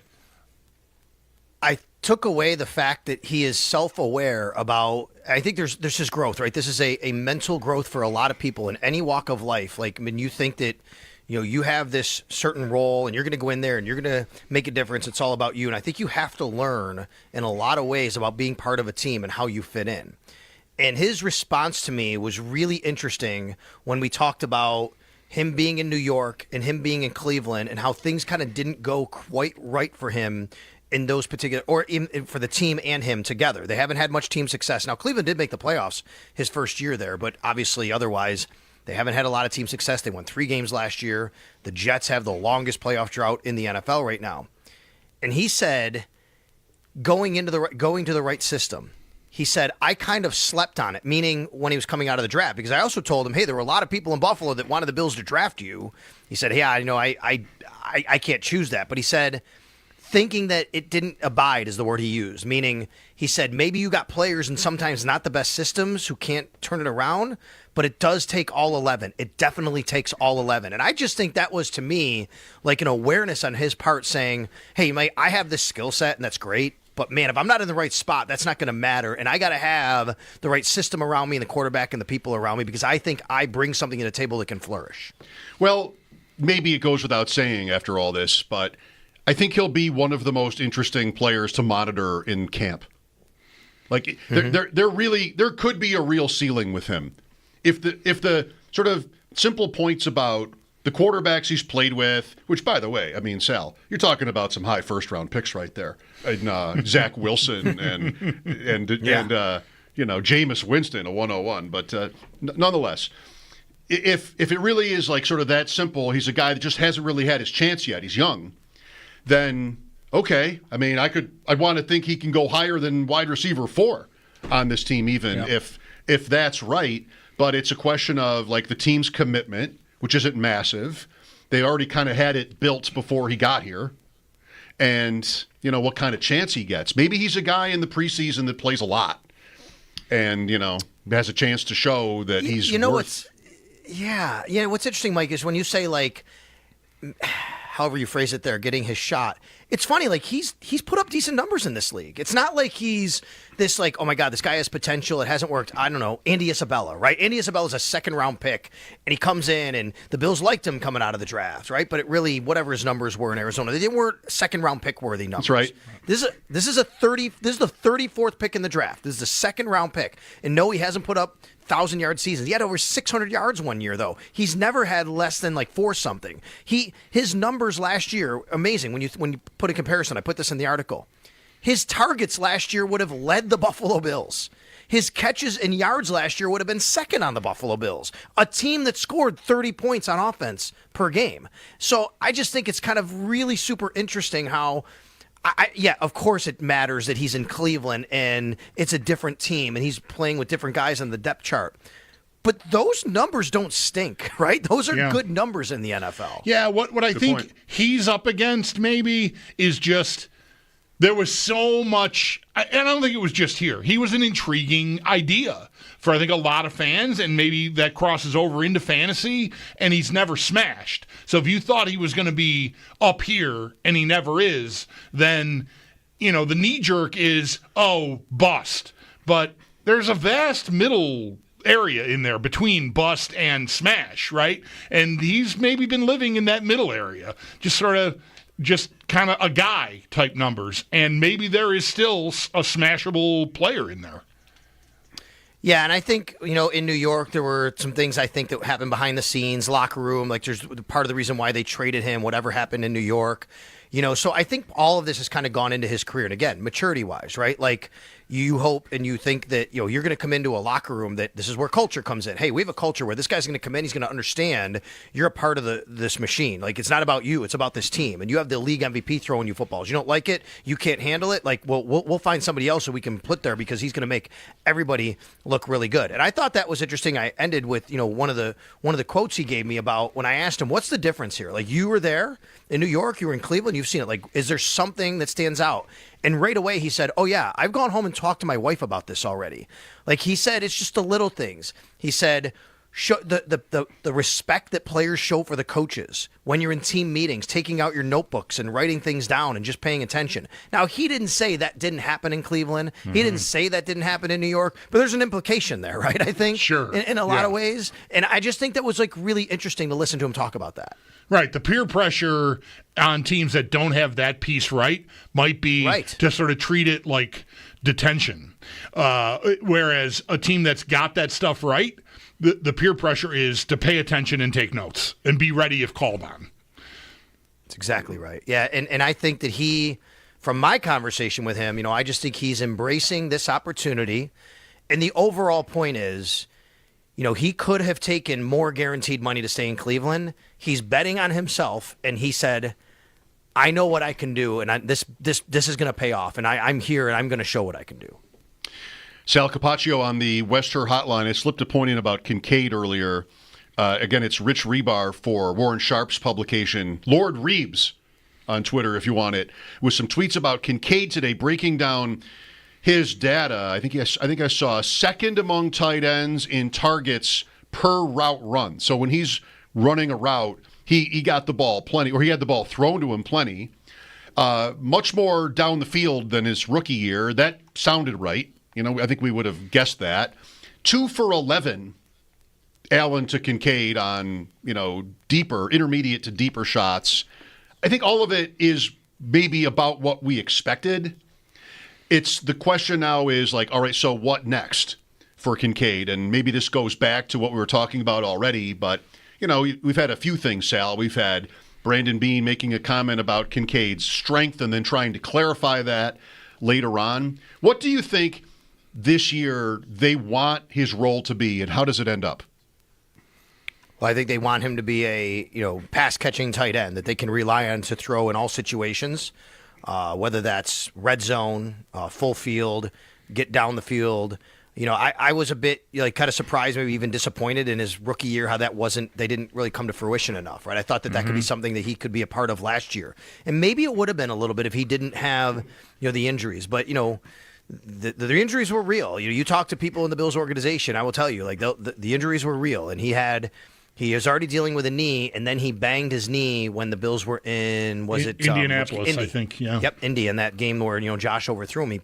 He, banged that knee, and he fought through it. Like, there were times, I think Brandon Beane made the comment of, like, he even played, games where maybe, in other situations or other people, they wouldn't have played, but he wanted to be out there. So he did. And, we hear that about a lot of guys. We heard that about Gabe Davis a few years ago, playing through an injury, throughout the season. But the injuries were real with Dalton Kincaid, and I think that they want him to be a guy that they can rely on to kind of, be a mismatch against linebackers because he's too fast, or against DBs because he's a little bit bigger. And that's where the get stronger, get bigger, because you can be a matchup, and teams are going to have to understand that we can throw the ball to you at any point. Yeah, the catchable target rate was really shockingly low between he and Allen. And hopefully, Sal, that's another thing where the injuries played a part in that, because they just did not have a connection last year. Like it was like at 54% or something, I think, which is just, for a quarterback of Allen's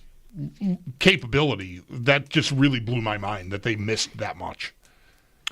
Yeah, I can't remember who it was, guys. Maybe you do. There was at the Combine. Do you remember at the Combine? There was an NFL writer. It might have been a fantasy writer. Maybe it was Matthew Berry, actually. I don't even remember if it was him.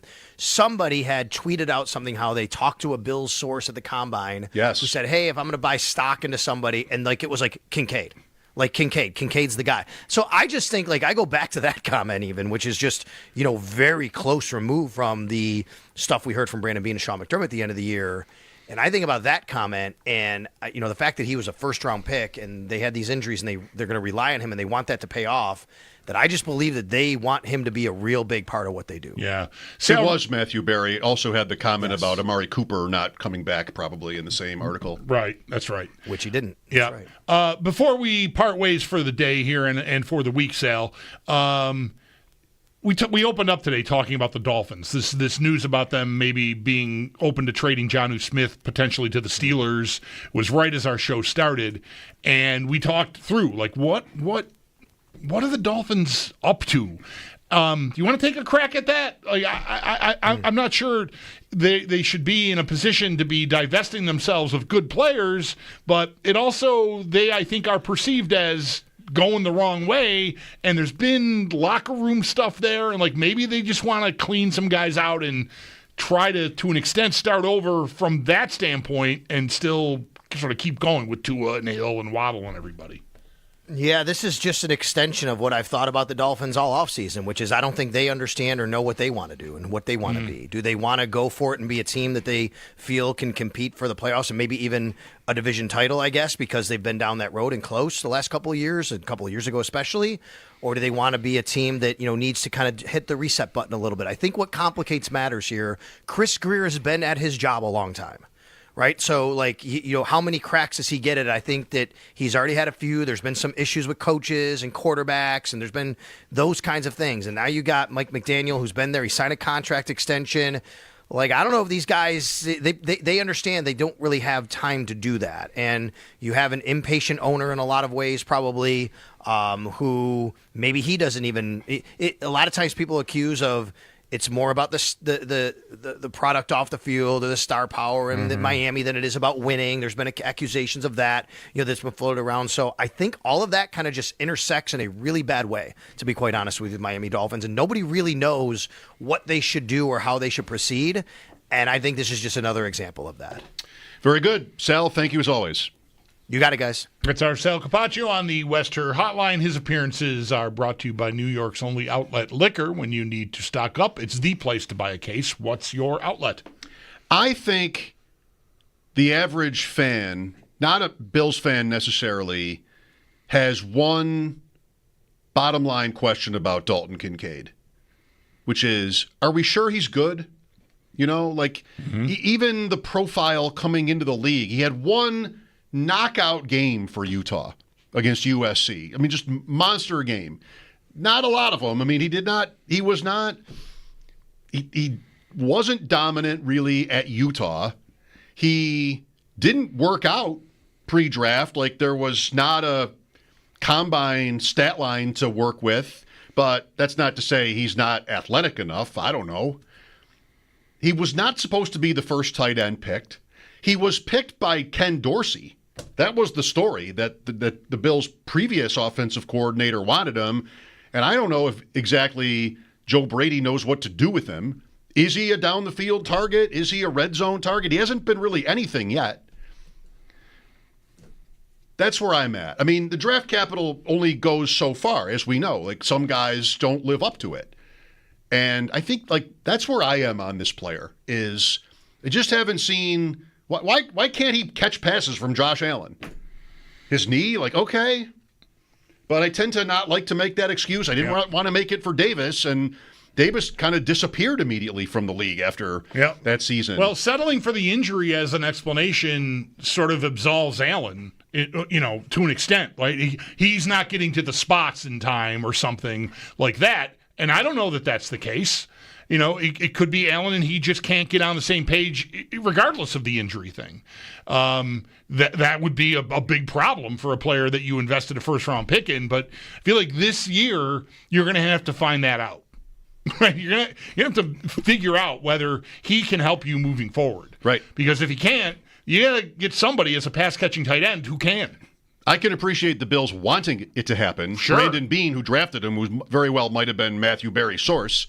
That's the way the Cooper thing read, is this is my guy. But it hasn't really gone very well. 803-0550 for your thoughts. Dalton Kincaid, James Cook, Stephon Diggs even. Dare I bring his name up again? Mike Schopp and the Bulldog here, WGR.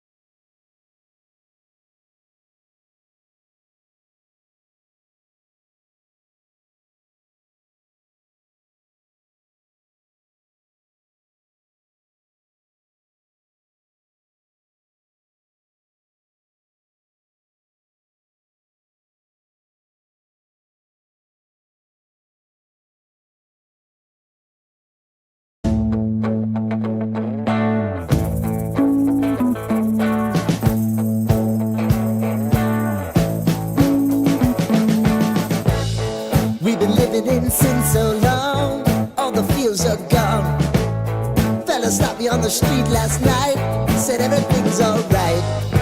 Roller coaster, make it through the day upright. It seems your meal ticket is gone, but life goes on. I could never imagine something better. Yeah, right. Now you're cooking on high heat in the middle of the street. Roller coaster, take me to a better time. Let's go. All sing your high line with the roller coaster of life. Yeah. It's time to all choose your timeline on the roller coaster of life.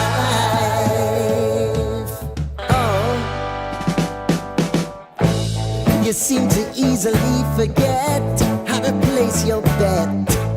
When everyday life gets you down, you gotta steal the crown. Got to own it. Don't bitch and moan about it, please. God forbid you scrape your knees, and it's nothing to sneeze at. Oh, I've told you over and over again. You gotta get both hands around it and make your own plans. Roller coaster, it's taking over. It's about time. Oh, all sing your high line on the roller coaster of life. You've got to all choose your timeline with the roller coaster of life. Roller coaster.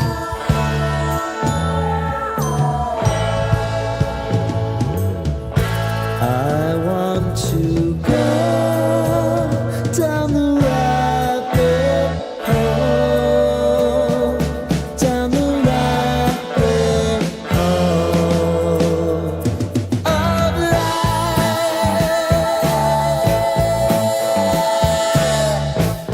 And now it's about to leave. Oh, roller coaster.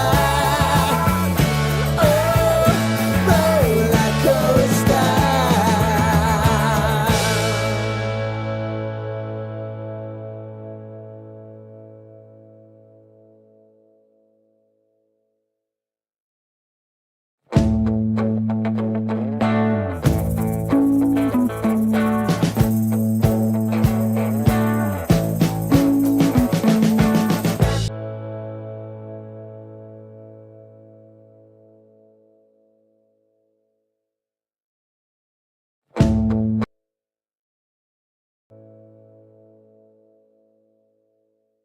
Playoff action tonight in the NHL and NBA. Both contests will begin at 8 o'clock. Dallas hosts Edmonton in the NHL, and the Knicks host the Pacers in the NBA. And the road teams are the two that can advance tonight with a win. For Edmonton, if they do win, last year's Stanley Cup final will be a rematch for this year, as Florida advanced last night. The Panthers took last year in 7 games. The Oilers, though, will be without Zach Hyman for what is expected to be the remainder of this season. For the Pacers, tonight could see them go to the NBA Finals for the first time since 2000 and just the second time in their history. Oklahoma City clinched their place with a win last night out west. Bisons were in action today. They took both games in a doubleheader against Charlotte. They'll be back at it tomorrow, hosting Charlotte at 6:30. And then UB football, after finishing last year 9-4, a Bahamas Bowl win, they will begin 2025 on national television, Fox Sports 1, when they travel to Minnesota to take on the Golden Gophers August 28th at 8 p.m. It's your Paddock Chevrolet Sports Headlines. Paddock Chevrolet celebrating 90 years of being your hometown dealership. I'm Zach Jones for WGR Sports Radio 550.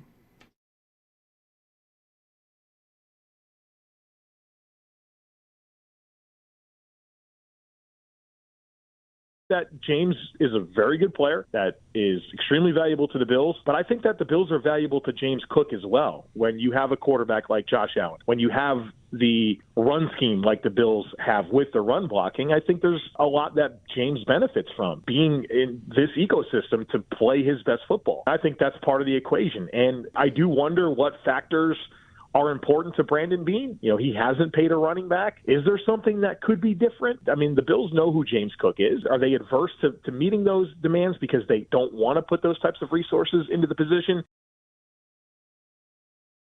So many questions unanswered to this point. Joe Marino this morning on WGR. If you missed it, find the Odyssey app, AUDACY. That's us. Mike Schopp and the Bulldog here. Thanks for listening and watching. If you didn't know, YouTube and Twitch every day. You can see us. I don't know, is it working out for you? Hopefully it is. We're Sure. told, watching the streams. We appreciate you finding us any way that you can. So thank you. X. Sure, yeah, we're there. Ride for Roswell in your case? You'll be at that? I might be at that. You're riding. I might be at that. Oh, well, good. Yeah, I was on the golf course. Yeah, I was. We're a sponsor this year for the first time, the Odyssey family of stations, and I'm very excited and proud that they took that step because this will be my 5th year riding. So they had a schedule for all of us, and not all of us. I didn't see your name on it, but I was scheduled to be like on stage, sort of, talking and thanking sponsors and all this sorts of stuff. And I guess I've been bumped because I was going to go first, but even that was going to be, we ride at like 6:35. We're like the first group out, the ride I'm doing. So there wouldn't be enough time for me to be doing that and then go ride. So maybe you're going to pinch hit for me. I don't know. I don't know what I'm doing. But I hope you get there. It's a huge event. It's a great day. Great event. Yeah. Patrick is with us. Hello, Patrick.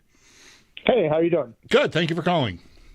Yeah, so my question is actually, it's kind of disguised as a fantasy question, but, Bulldog mentioned something going into the break about whether or not, the catch rate for Kincaid was a Kincaid stat or a Josh Allen stat, and I believe it was something like 37% of his passes. Yeah, there's some clarification needed here. 69% overall of his 81 targets were deemed catchable by fantasy points.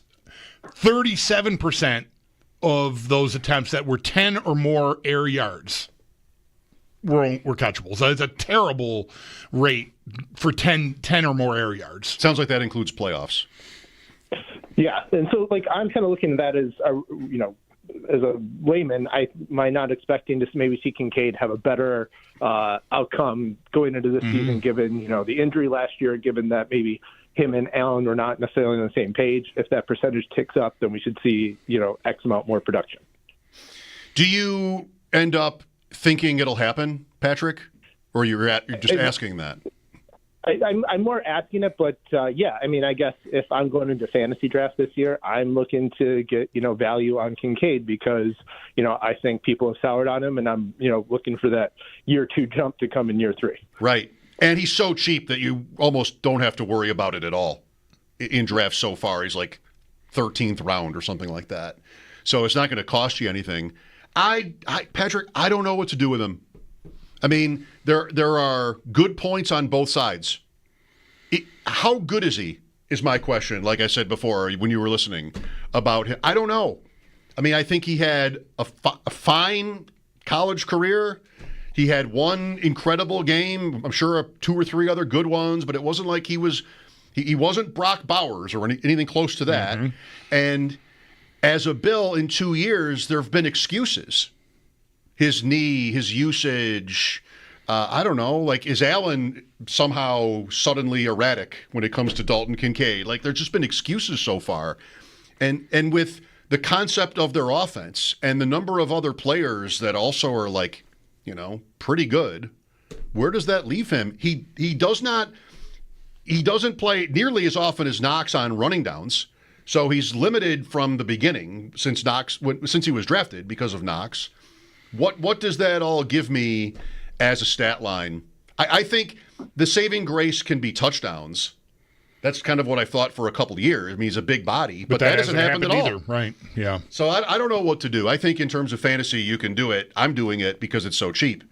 But it needs to be cheap, And I'll kind of tie this in also with the James Cook question. So let's say Kincaid, does make that leap. Does that make Dawson Knox with that contract a little bit more expendable that we could then use that money towards James Cook?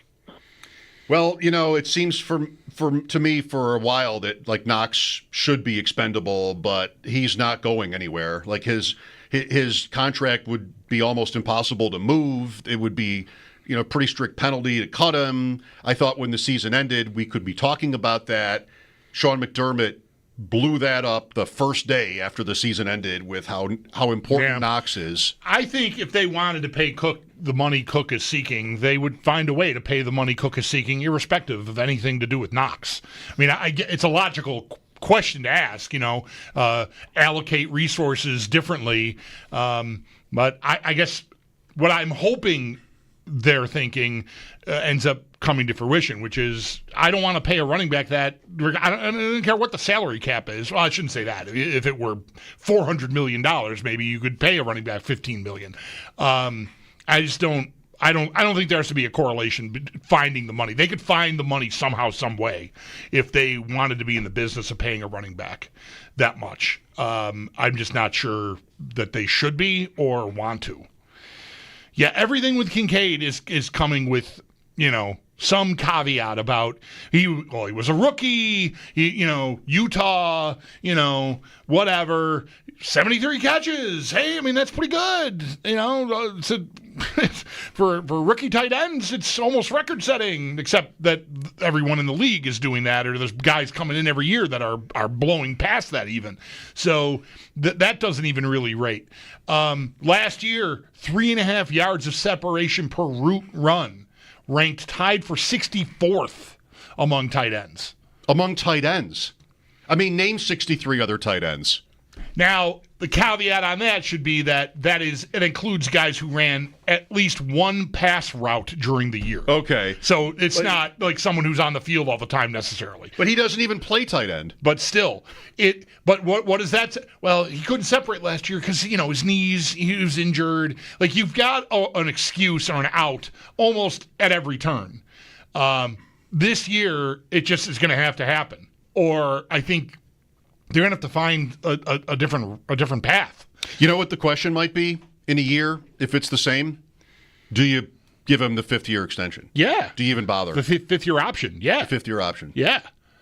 Like 44 catches and 2 touchdowns again? Because that's where we'll be. That's right. That's where we'll be. That's going into the 4th year. You got to make a decision on that. And, yeah, if it's at all like it's been, I wouldn't want to go near that.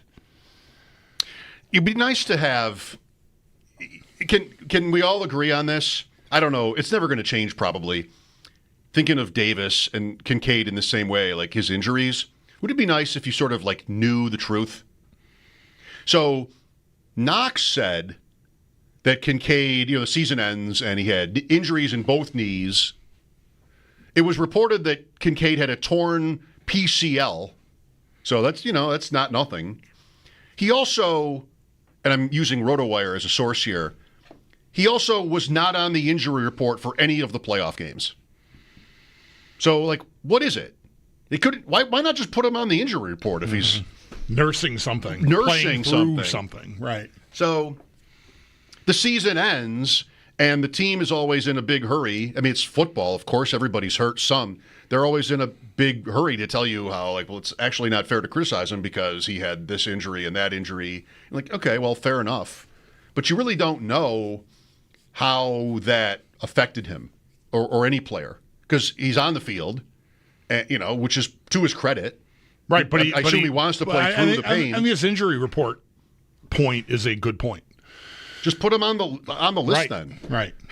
So you don't end up having – it doesn't say it all, but at least it's a little bit more evidence that – he's playing through something. Right.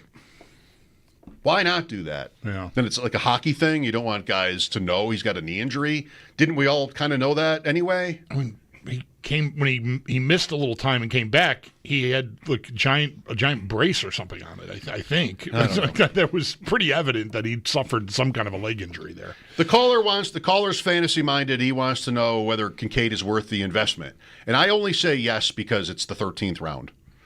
Otherwise, I'm not hot for this player. Just Knox is still here. Where was he going last year and even in his rookie year? Way earlier last year.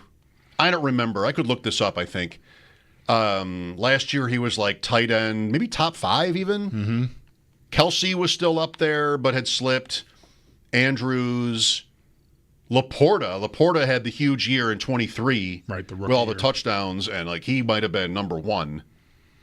I'll go find out. I'll go find a draft board. Hang in there, everybody. Here comes fantasy information. From 2 years ago. from last year, and 2 years ago, yes. I'll get it all for you so I don't disappoint. Hate to disappoint. 803-0550, Mike Schopp and the Bulldog, WGR.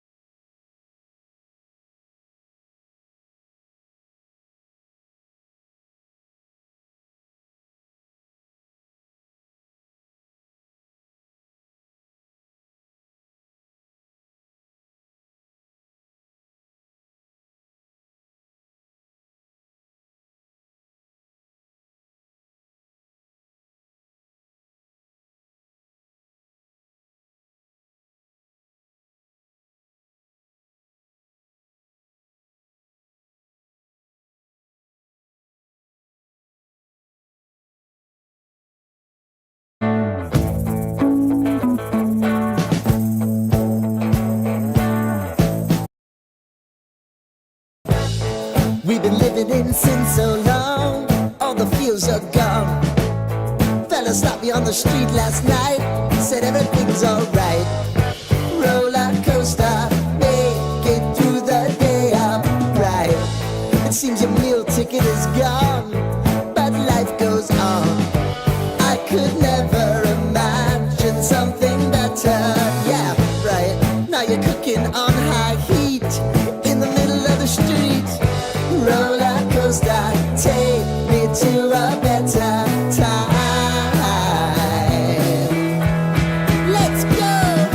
All sing your high line with the roller coaster of life. It's time to all choose your timeline on the roller coaster of life.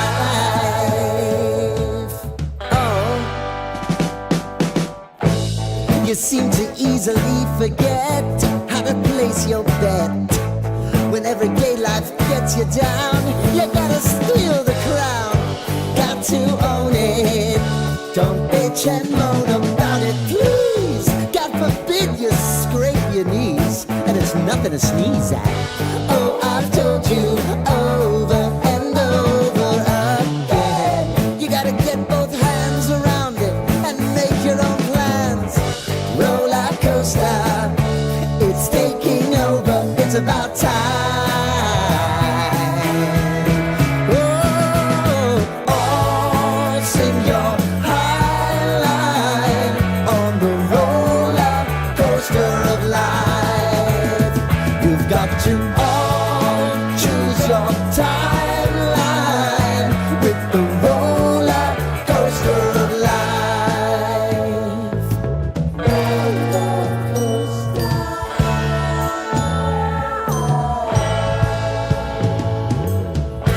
I want to go down the rabbit hole, down the rabbit hole of life.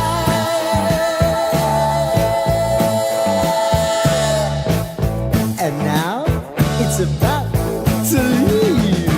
Oh, roller coaster.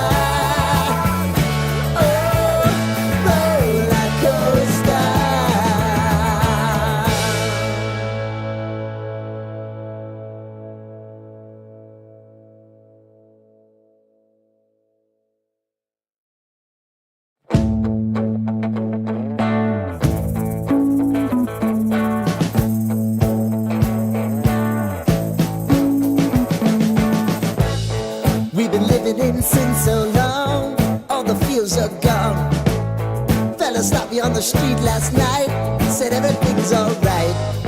Roller coaster, make it through the day upright.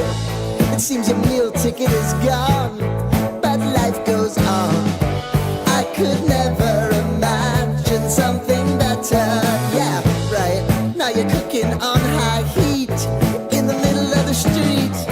Roller coaster, take me to a better time. Let's go. All sing your high line with the roller coaster of life.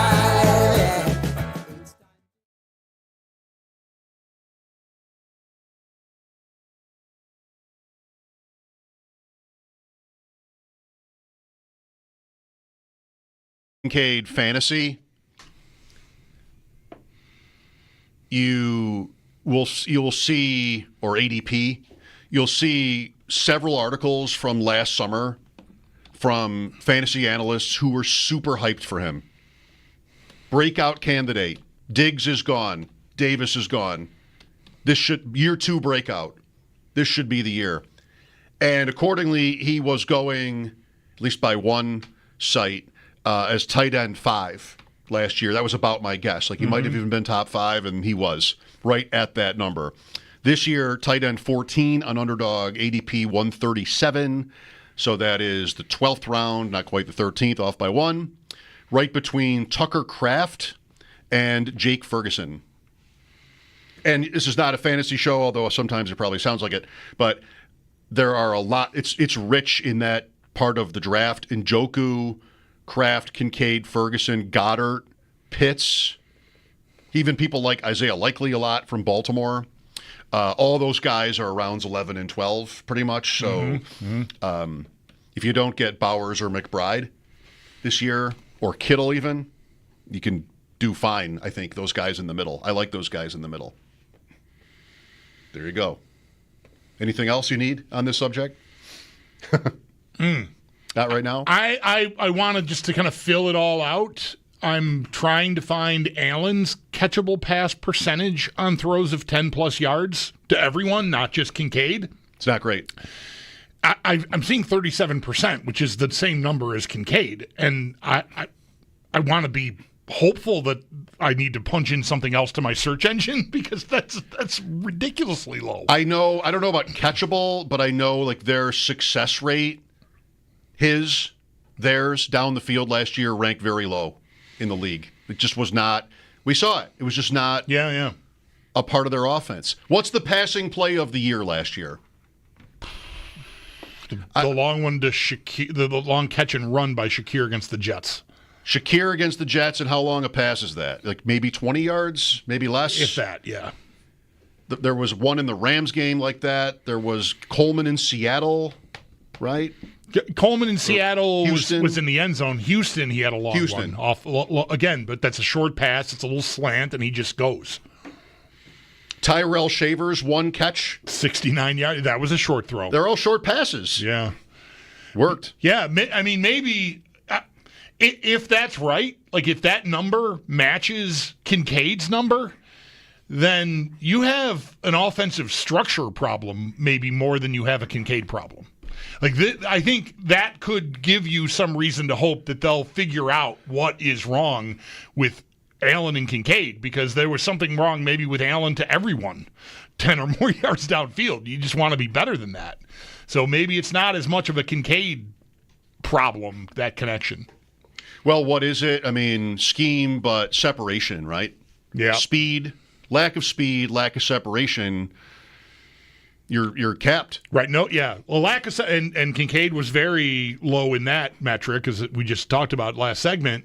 So, yeah, that gives you very little margin for error. Because if you're close to the defender when the ball gets there, you know what can happen. Sal brought up a conversation from this morning and how it was brought up whether Josh Allen would have more pass attempts this year. 483, which wouldn't have ranked that high, I think. And that's always a function of a few things. One is, how good is your defense? If you're winning all the time, you don't need to throw it all the time, right? So that would come down. The Bills were winning all the time. That would be limited because of that. I would want to think it goes up this year, though. Yeah, that can be the turnover point. Yeah. I would want to think that they would basically need more from him this year. Yeah, his career number is closer to 63%. Allen, 10-plus yards, success rate. Okay. That's not catchable. That is completion percentage. So there's slightly different metrics there, but whatever. If you're coming down with the ball, that works. So last year was a real dip overall, not just Kincaid. And so, it's always an interesting conversation. We certainly have it all the time. Okay, what about it? Taking Mac Hollins and Amari Cooper out of the equation shouldn't be that much of a detriment to this. It even gives them a chance for an upgrade. Oh, I'm going to have to settle for, a power game and 13 wins again. Oh, no. Right. I know. It always comes back to this. The essence is how much they need that. And last year happened, and they performed poorly in this area, and they didn't really need it. Unless you want to use the playoffs in the ending, and Kincaid didn't catch the pass, and they needed a little bit more. Like, you can do that, but it's a pretty high bar. I mean, all the season they had last year, all the points, everything, it's kind of tough to criticize, I think. But that is really, that's the whole wide receiver debate, back and forth, is do they need it any more than what they already have? I apologize, I guess, if this just seems redundant, like that we're always talking about this, but so many different players and topics sort of lead you to that. Can they win again or even win more without better down the field?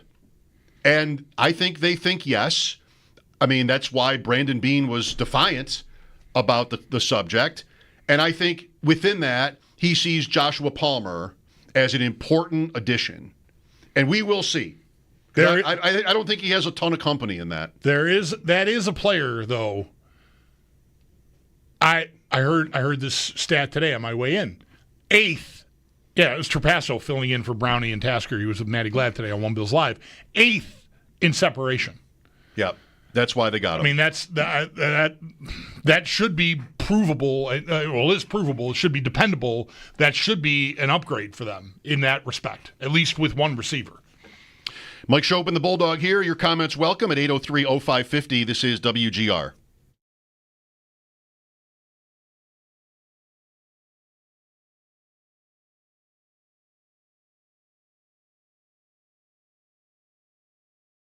The video.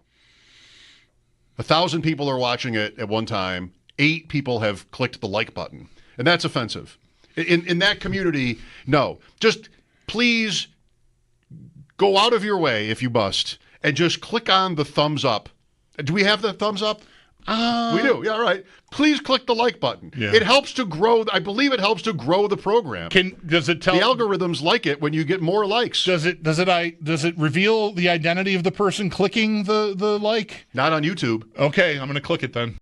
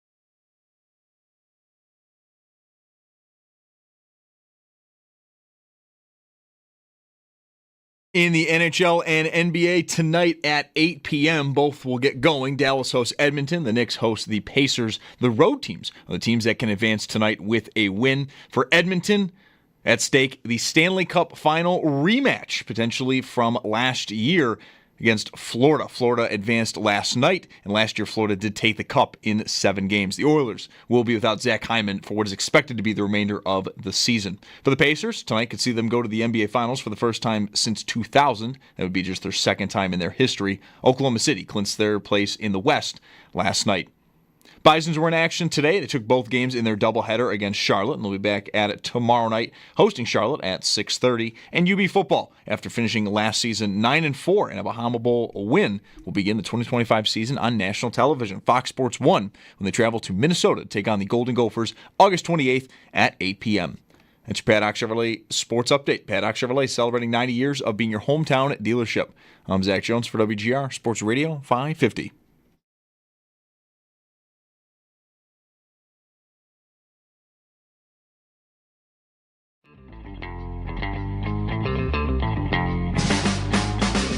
Schopp and the Bulldog. How many bees is a swarm? Is 2 a swarm or 3? Whatever. How many does it have to be? And I feel like 7. It's Mike Schopp. How many times do you have to be stung to have been swarmed? And I was like, dude, I got swarmed. I got stung only once, but I was swarmed. And the Bulldog. You insist you were swarmed. There were bees, man, like plural, big, lots of S's. Lots of E's and S's. Bees. That was not bees. Fun. Right. That was not fun. On WGR. Hey, man, that kind of hurt. Sports Radio 550. Just realized I have 5 tabs open to ProFootballReference.com right now. I'll often have 2. We're talking about one player a lot, James Cook, right? I don't have his page open right now, but like often it ends up being about James Cook or Kincaid today. And then I'll use a different one for whatever just comes up. And the next thing that comes up, I'll replace that with this. Jonnu Smith. I still have Jonnu Smith's page up from 2 hours ago. So long ago now. Dalton Kincaid. The 2012 passing leaders. I barely remember. That's all from today's show. I barely remember the Jonnu Smith era of our show. By the way, the Odyssey app has anything you missed. Go check that out. The 2012 passing leaders, because we were talking about Flacco. Who is Joe Flacco now? Who is 2012 Joe Flacco? That's their Super Bowl year. And you said Tua, right? Yeah. I said more closer to Burrow. You didn't like that. And so we went through that. Actually, the guy that you might, from 2012, this doesn't really fit with trying to name current guys with Flacco. Now, yeah. But Matt Schaub is a name to know from 2012. Matt Schaub had some years. 4,000 yards for a 12-4 Houston Texans team. Oh, wow. What a time to be alive. Right. Can you really remember how the drought felt? Yes. Yeah, me too. Hopeless, never-ending, which can lead to hopelessness. Fatiguing, demoralizing. These are all close to synonymous. But yeah, I remember. I never want it to be too far away because it keeps me from feeling any sort of fatigue with how great this has been. Like, fatigue's the wrong word. Complacency. Complacency, perfect. Right. I don't want to take it for granted. Because I mean, this is the best right now. I started in '95, so I'm like right at the end of the best thing that we ever saw. And great timing, dog. Like I'm going to be on the radio talking about the Bills.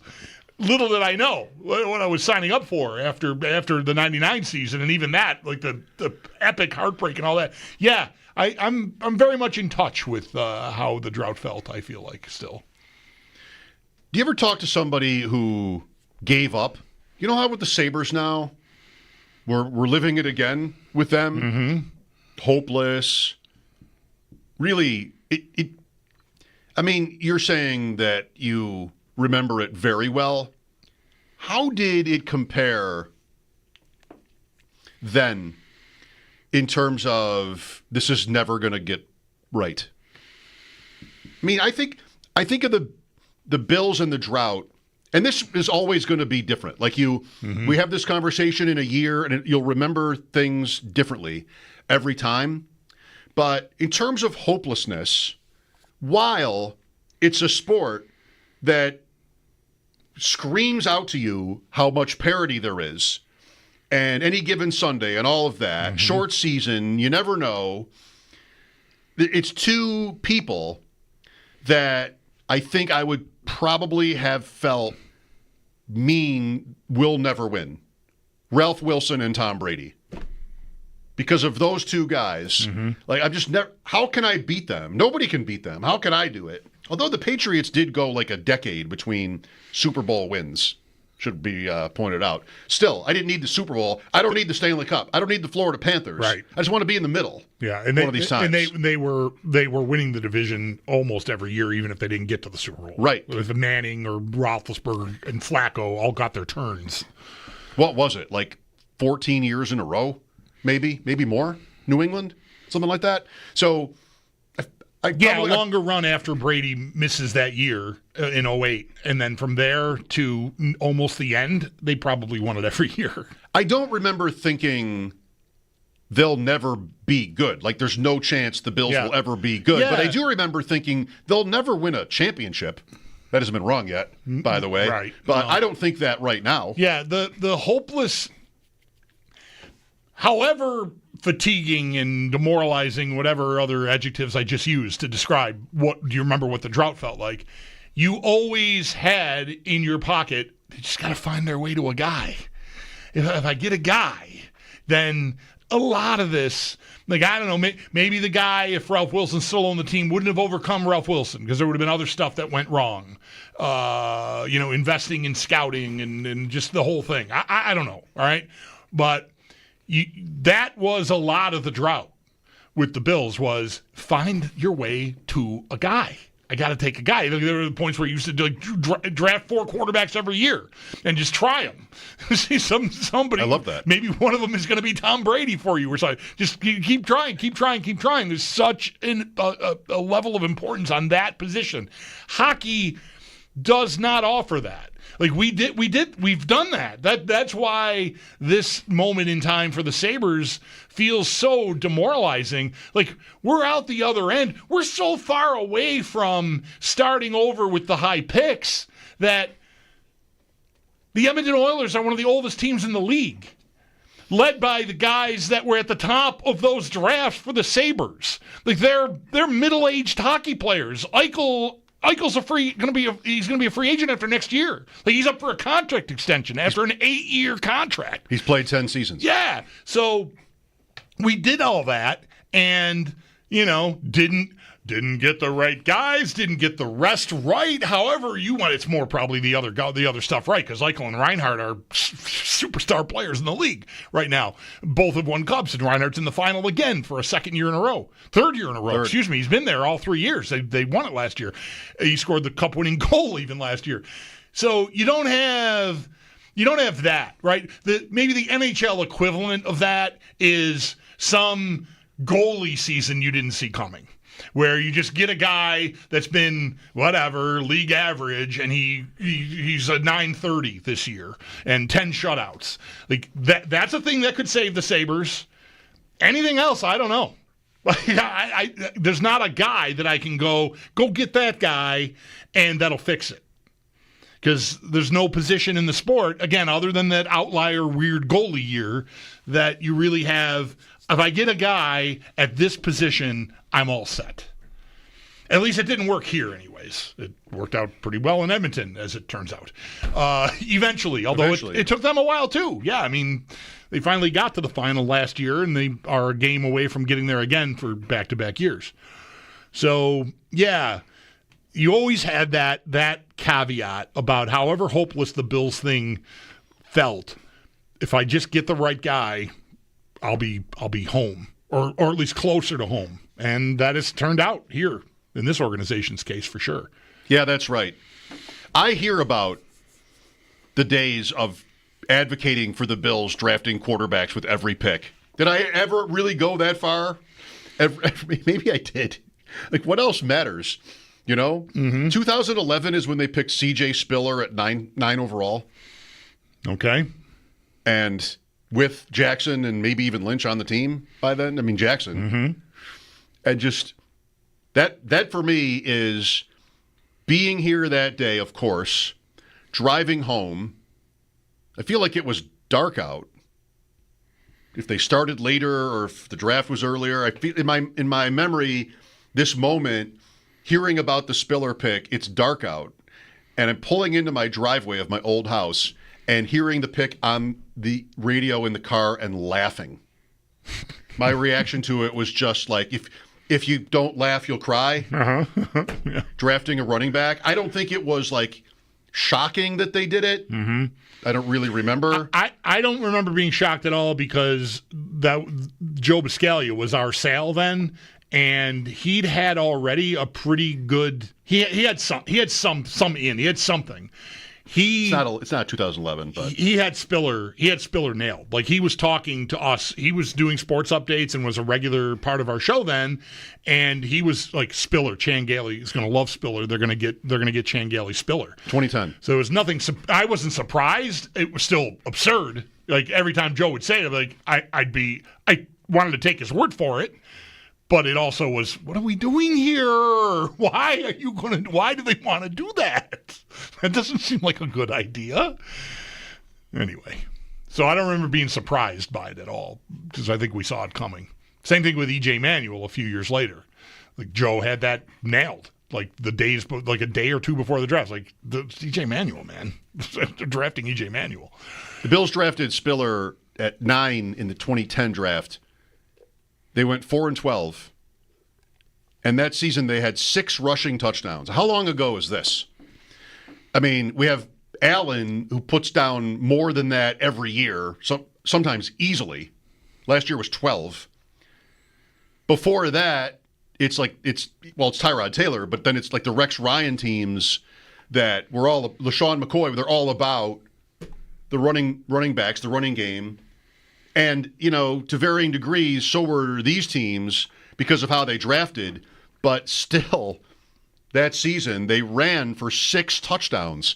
Jackson had 5, and the other was Corey McIntyre. They had Lynch on the team for 4 games, then he was traded. He did not score a touchdown on the ground that year, and neither did Spiller, who was on the team all year as the 9th overall pick. Yikes. Did he have any receiving touchdowns, Mike? Okay, good. He had 1. Are you happy? Because, they drafted him to be really an offensive weapon, not just a running back. That's right. That team... He's a slot receiver. The 2010 Bills had 30 offensive touchdowns, and last year the Bills had 30 rushing and 30 passing. They played one more game. That's where they scored 30 touchdowns that one more game. We are living in a different dimension. It's not even the same sport. I mean, the league has changed somewhat. I mean, I might guess scoring average is quite a bit, not quite a bit, at least a tick higher than it was back then. But still, I mean, 30 and 30 versus 30 for the entire team is pretty stark. Spiller did have a kick return touchdown. I think I can see it. There was one at a game we were at in that press box spot where he came up the right sideline on a kickoff, I think. Still. So 31 if you include the special teams. Maybe they scored on defense a couple times too. I don't know. Who's Paul Hubbard? Good question. Paul Hubbard had a catch for the 2010 Bills. I don't know. I don't remember that name. What about Jehu Colcrick? Got that one? No. Jonathan Stupar. I remember Stupar just because Stupar. The team had us in a stupor. Yeah, it was a perfect Bills player name. How about Quentin Ganther? Nope. Oh, it can't be real. Ladies and gentlemen, Bills Rando has just broken out in here. That can't be real. Quentin Ganther. I mean, it's not like they sat their starters here for games right? with a 4-12 season. No. Or maybe they did for that reason. I don't know. But he had 9 carries. Who is Quentin Ganther? Utah. He played for 6 years. 5 years in the league. You got me on that one. And this is not the 1960s we're talking about. This is when is this? 2010. 2010. Yeah, no, I have no idea. Wow. He had 9 carries. 1 was for a first down. Let's go to Rob here. Hi, Rob. Can't take that away from him. You can't. Hey, how you doing? I appreciate you taking my call. Jehu Kalkirk, by the way, was a local boy from Weimer. Yeah, who went to Michigan State. Yep. Thank you. That's right. Good job. Yeah, yes. I just wanted to say I appreciate you guys taking my call. Yesterday, I was listening to you guys on the Odyssey app from your 3 o'clock hour, and I tried to call in at the 6 o'clock hour, but you guys are replaying one of your guests. So I didn't get a chance to call yesterday, so I don't want to derail your topic. But the Stephon Diggs thing is just, I'm insatiable about it. I really, really enjoyed your guys' 3 o'clock hour yesterday about it. I think that Stephon Diggs was misunderstood. Largely, I've heard Mike refer to, I think he's referring to the Cincinnati game, the playoff game where Stephon Diggs is putting his arms up and stuff like that. One play into the game. Yeah, right. He did it. He did it early in the Bengal game, and then on the drop at the end of the Chief playoff game too. Yes, I understand. Yes, I understand. You had mentioned something about like how he's showing up as quarterback. Mm-hmm. I think that a lot more of those things are not seen than are seen in respects to the fact that the cameras are catching it. In respect to that, so I just kind of never really put too much credence into that because we don't know what was said and we don't know the exchange and different things like that.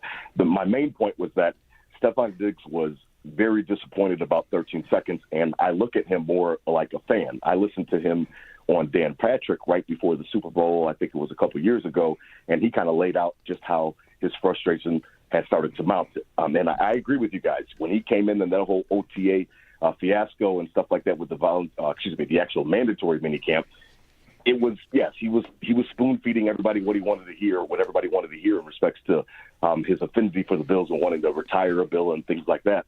However, I do feel that it was a situation where just because he wasn't giving you giving everybody what we wanted to hear doesn't mean that he was disingenuous. I think that he wanted everything to work out, but I think that he was extremely disappointed by McDermott and 13 seconds, and I don't think he was ever able to get over it. And because of that, I think that it led to the fractions and the fizzers in respect to the relationship between he and the coach and that type of thing. Is that okay, then? I mean, to be disappointed over a loss, weren't they all? Like, is that okay? No, I'm not. Yes, and one of the things I've always heard is that, just because his fire burns bright and that he doesn't want to win more than anyone else. Right. And I agree with that overall. However, because of the fact of how hard his fire burns and how bright it burns, I think that he was never able to get over it. So yes, and I'm not saying that it was okay that he was never able to get over it. Right, because that's his. He's got to own that. Like, that's his fault if he couldn't get over it. You know? Yeah, it doesn't really change anything for me, I guess. Yeah. But, all right. Thanks, Rob. I mean, that's always a discussion if a guy wants to win so badly that it maybe affects him negatively. The example I'm thinking of is Ken Dorsey in the press box in Miami, where the game ends and the Bills lose and he smashes his tablet. Mm-hmm.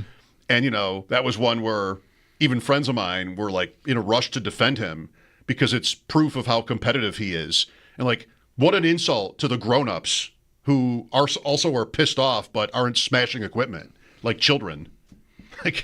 Listen to yourself. Mm-hmm. So, I mean, it's great to want to win. I kind of think they all do. And I think it shows differently. I just don't see how you get to that level, especially to Diggs' level as a star. I mean, how do you get there without a tremendous drive to succeed?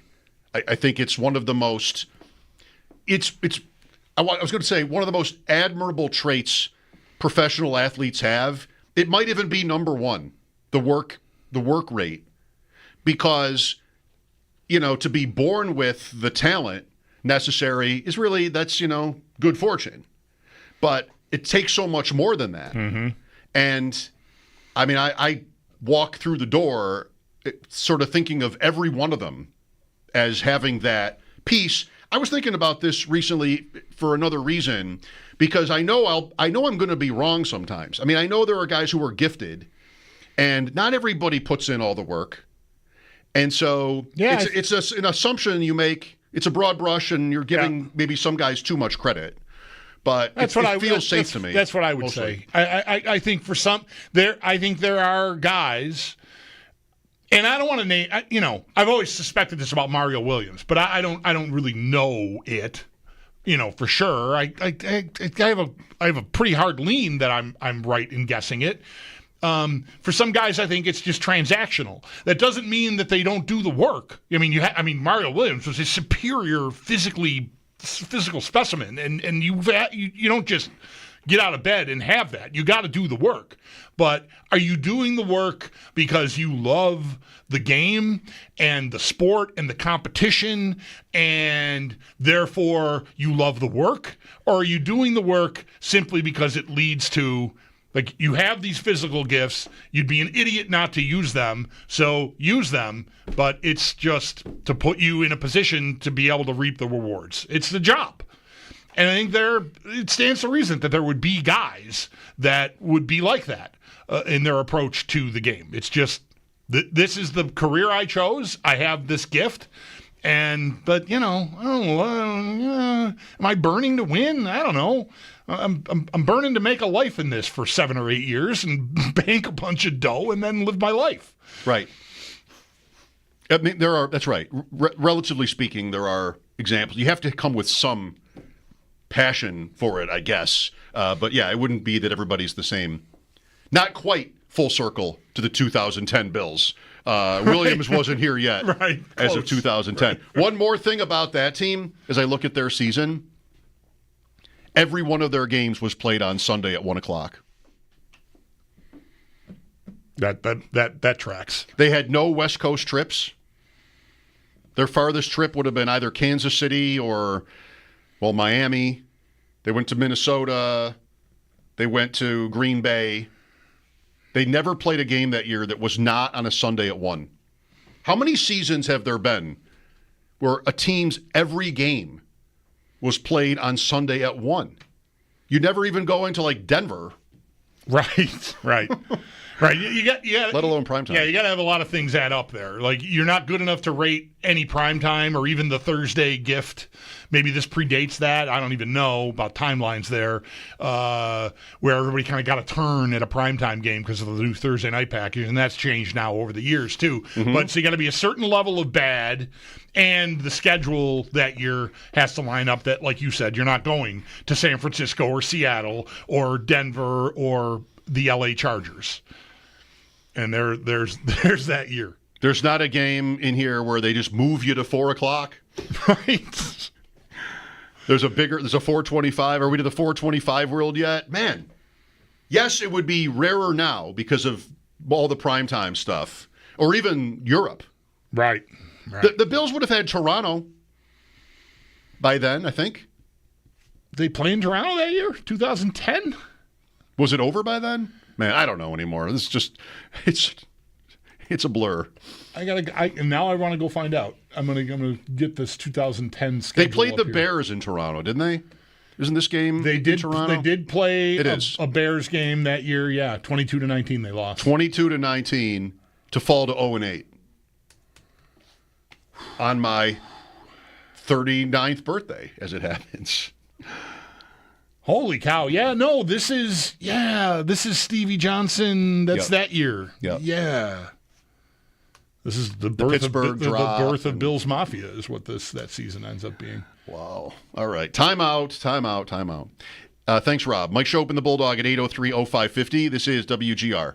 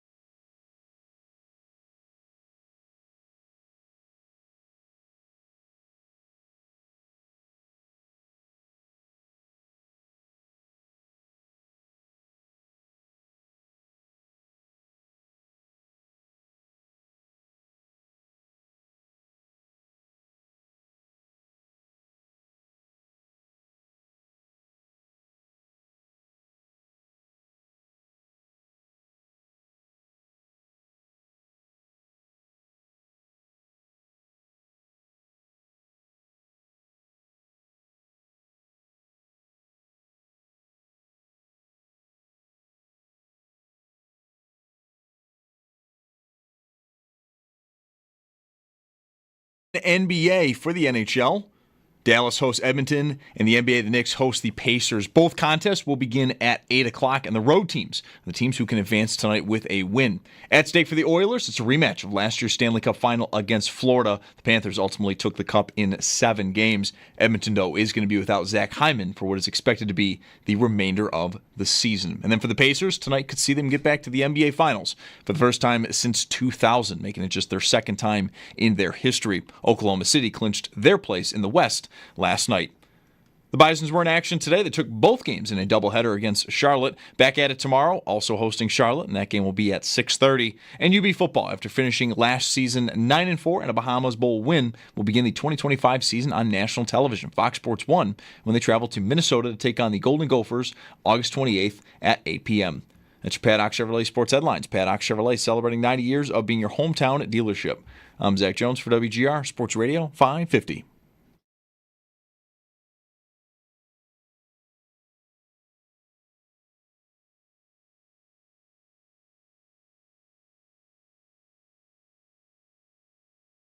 All right, timed out well. Just now I was able to do a little bit of research on that note about how the 2010 Bills played 16 1 o'clock Sunday games. And in those days, kids, there only were 16 games. Yes. Thank goodness. Who knew how fortunate we were that there wasn't one more game that year to sit through. So 2010 Bills, no Western road trips, no night games. Their international game was in Toronto, which was at didn't play in the morning.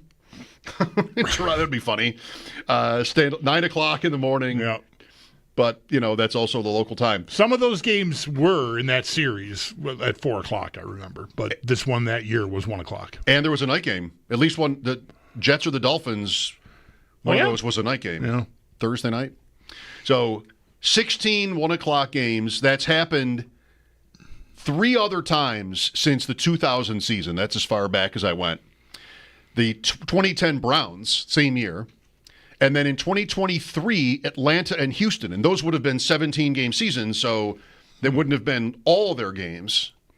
But, if you're not taking Western road trips and you're not good, right? Nobody really cares about you to watch you, then you get that. And the 2018 Bills, Allen's rookie year, came close. 15 1 o'clock games. And the only non-1 o'clock game was a Monday night home game against New England, where he didn't play.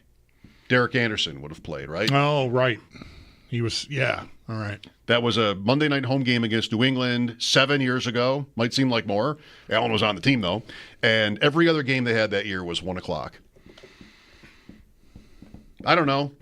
I feel like that's impossible now. Yeah. I mean, the Bills this year have 7 1 o'clock games and 10 other. I mean, I know they're not on the West Coast. It's only possible. Like Denver this year, I see, has 2. Right. This would have been a year for the Bills to do it. The furthest west they go is Houston. Right. But they're too good. They're too good. Too good. They're not going to get 1 o'clock Sundays. No. But they did. It lined up. They avoided Europe, too. So this was maybe as close as we'll get to it during Josh Allen's career. Probably. Do you think you know the schedule yet? No, I definitely don't. No. I know. What do I know? Like, without looking at it. I know the opener is Baltimore. I know week 17 is Philly. I know that they close with the Jets like I wanted because I wanted that, and I know that they got it. I know that the Chiefs are week 9. I know the Bengals are, I don't know. They're like 3 weeks before the Eagles. So they're week 14. Correct. Sounds like you know the home schedule really well. Well, those are the marquee games. The gap from one to the next to the next to the next stood out to me when the schedule came out. So I kind of have it. I know Carolina is before the bye. Yep. Because they have the bye and then after. They have the bye, then Carolina, then Kansas City. Right. You said earlier, so I got a clue from today's show. Miami is primetime week 3? Correct. That's a Monday night? Thursday. Okay. One week in the season different than last year. They played week 2 last year on a Thursday night in Miami. In Miami. Yeah. I think that's all I've got really buttoned up. And I don't think I would have had the Miami thing if you hadn't said it a few hours ago. It might have been yesterday, but yes. No. New England week 5 Sunday night is good here. Mm-hmm. With the boat thing, the boat flap yesterday was Stephon Diggs. Most of our attention, maybe everyone's on him, was centered on that. But there was a report either yesterday or recently that week 4 is best case scenario for him. Maybe we should have said that yesterday about him, that he's not healthy. Right. That he wouldn't be participating if he were at OTAs anyway. He could be rehabbing, though. Yeah, but he wouldn't. We were talking about, this is a mistake on my part. We were talking about Drake May and, sort of getting timing down with it. He's not going to be running routes, though. Right. And furthermore,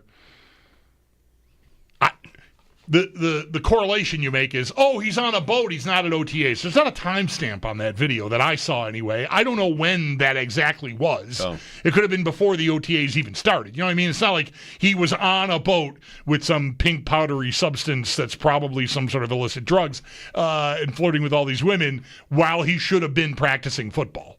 But we know he wasn't there, though. Right, we know he wasn't there. But I'm just saying it's not a direct corollary. But the point that he's not healthy. And probably wouldn't even be participating, at least not fully, anyway. In drills. Matters. He could be there lifting weights. But Vrabel didn't talk about him like it mattered.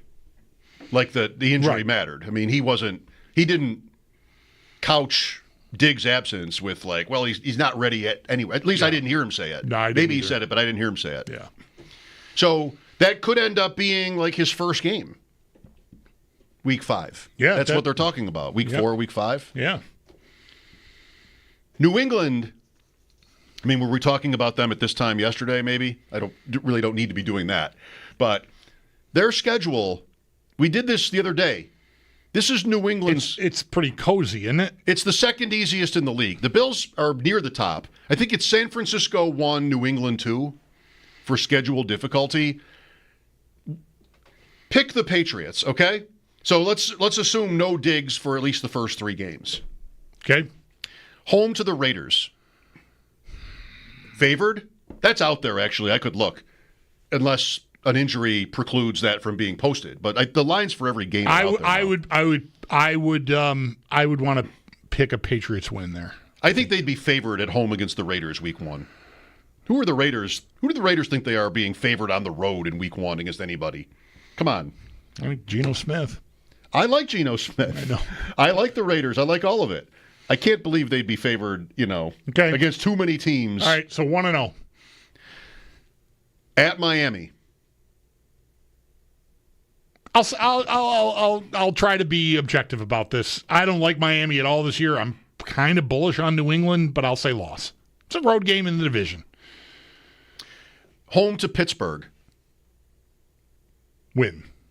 We got to get back to the Steelers. 2-1. Because there's more sort of different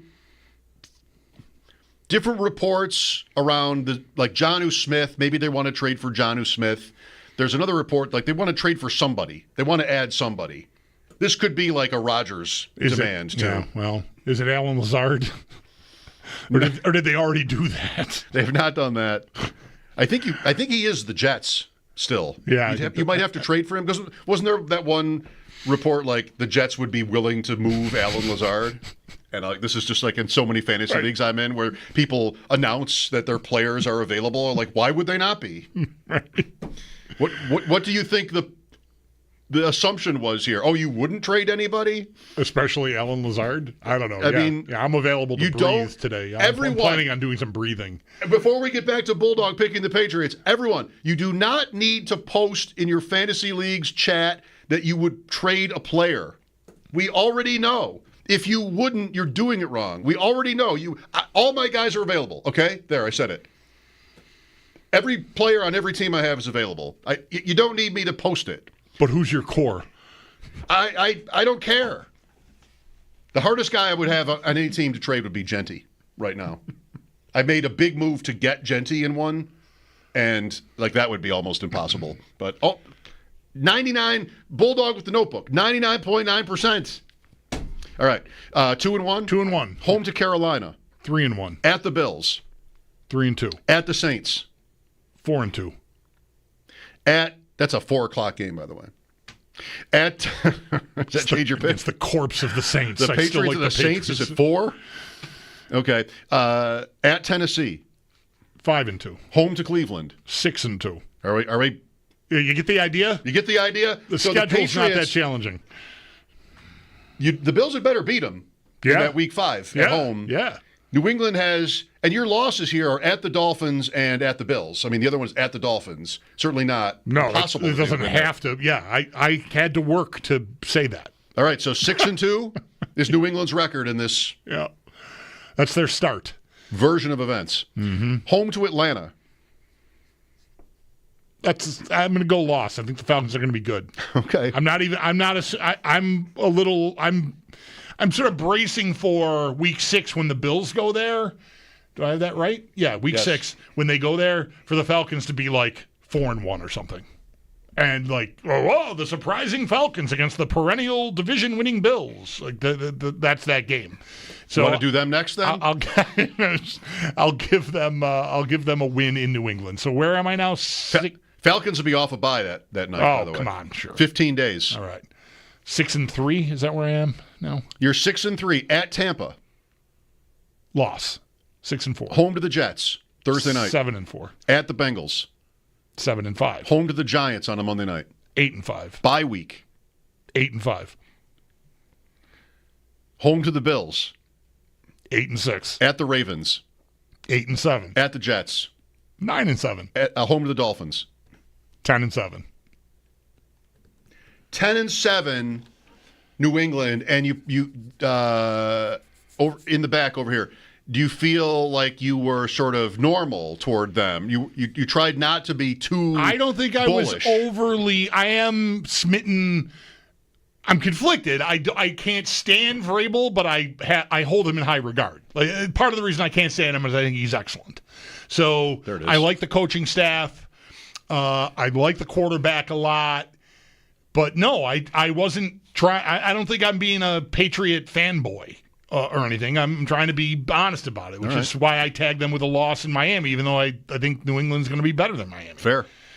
So that I wasn't trying really hard at all there, and that's 10-7. That's how it sounded. Yeah. So you know what you want to do? Bet they're over. Bet the over. Bet the playoffs.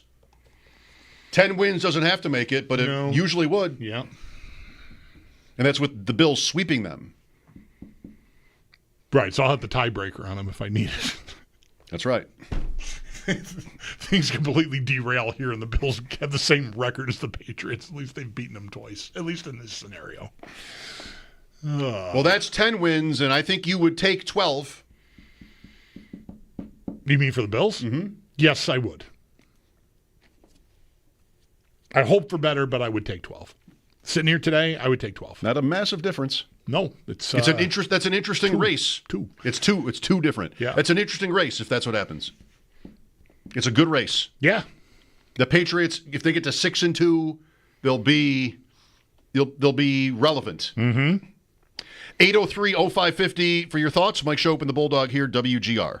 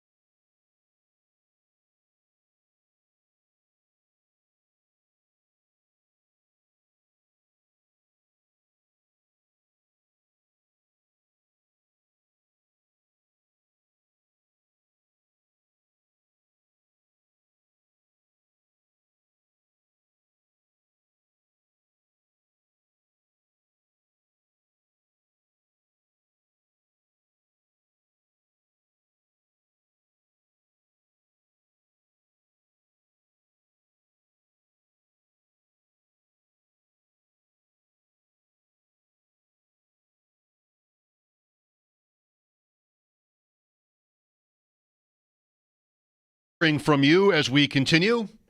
Top of the hour, 803-0550. Mike Schopp and the Bulldog here. Golf today or too wet? Golf, no golf today. Tomorrow. I'm going to get out there tomorrow. Cooler lately. Yeah.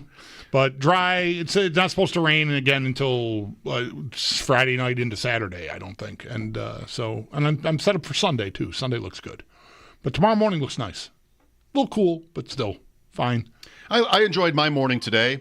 Got some errands done. Exchanged some money for Canadian money. Didn't really ever have to do that, except for like at a casino or something. Mm-hmm. But that was easy to do.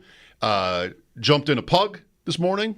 Felt good. Jumped in a pug? Jumped in a pug, $12 entry at Underdog, 3 entry max. I thought you were talking I thought you were talking about your dog here. I'm sorry. A pug jumped on me at one point this morning. Okay, this was me jumping into a pug that draft. Makes sense. Yeah.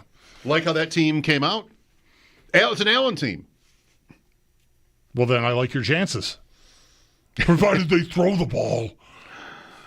Yeah, I'd like to see that come up a little bit. I would say the same thing. Something else I wanted to mention as far as this. I was going somewhere with this, and I'm just blanking. Not great. One thing I did do this morning that I was going to mention later. This is 10 days ago now, apparently, but I just saw it today. Did you see the John Oliver thing? Minor League Baseball? I have not seen it. I saw it referenced in that some team took his suggestion, and through that I found out that the Bisons were one of the teams that he suggested, like a boring name or a boring logo or something. Oh, so the Bison, 47 teams, Minor League Baseball, John Oliver, HBO, offered to rebrand a minor league team. The deal is you don't get any input. The team doesn't have any input, right. But we will pick one. If you want to be considered, let us know. And he said 47 minor league baseball teams did that. And are you saying you saw the Bisons were one of them? I saw it alluded to that, yes, that the Bisons, I didn't know that the organization had to sign up for it. I thought that they picked out, like, these are lame or something. And I don't think so. Anyway, I saw the Bisons attached to that somehow. That's how I came to know of this story at all. I think you had to offer yourself up, which, I don't know, if the Bisons did that, that would be interesting, right? Because that's a brand that goes back a century, more than a century. But he said 47 teams. And the winner, quote winner, the chosen team was the Erie Seawolves. Right. And so he's great. And he said, you don't worry, you sit back, Erie Seawolves. We will do everything. But you're going to be happy. And it was funny how the people with the Erie Seawolves were quoted in the article about it. How, well, we're not near a sea over here, so it goes back to when they were a Pirates affiliate. There's a sort of a pirate theme, and they're now a Detroit affiliate. The guy, somebody on the town board or something, is named John Oliver. There were like a few different hooks. Okay. Oliver had mentioned Erie on his show at one point. Like there were a few different, maybe reasons why they were chosen. What a great idea. And this article said it isn't clear whether this is going to be permanent, but it might be. That's a big commitment. That's big. It might not be just for like one night. Yeah. It's how it sounded to me like it was more just sort of, okay, this is your new name. Right. And I will be very interested in seeing what happens there. I'm trying to find where I saw this because I thought I saw it through Paul, who's been doing a lot of stuff with the Bisons, was down there again today.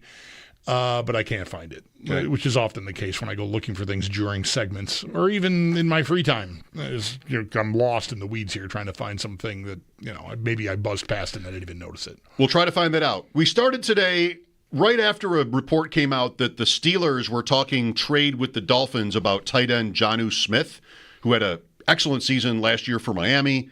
That was a conversation mostly about what Miami is doing. Can we talk? It'd be nice if the answer is yes here. Can we talk at all realistically about the Bills trading for a player between now and the season? 803-0550, if you think there might be a name, if that's worth talking about. We'll decide whether it is. Mike Schopp and the Bulldog here. Sports is next on WGR.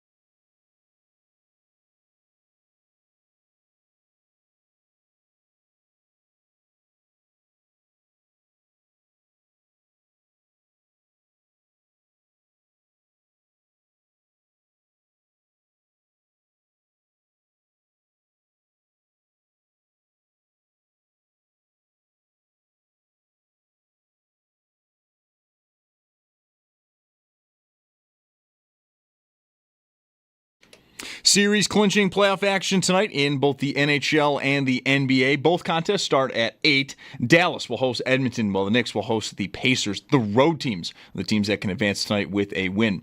At stake for the Oilers, a rematch of last year's Stanley Cup final when they took on Florida. Saw the Panthers take the cup in 7 games. Florida already clinched last night. Edmonton, though, will be without Zach Hyman for what is expected to be the remainder of the season. And for the Pacers, tonight could see them get to the NBA Finals for the first time since 2000 and just the second time in their history. Oklahoma City clinched their place in the West last night. The Bisons were in action earlier today. They took both games in a doubleheader against Charlotte. Back at it tomorrow, hosting Charlotte at 6:30. And UB football, after finishing last season 9-4 with a Bahama Bulls win, will begin the 2025 season on national TV, Fox Sports 1, when they travel to Minnesota to take on the Golden Gophers August 28th at 8 p.m.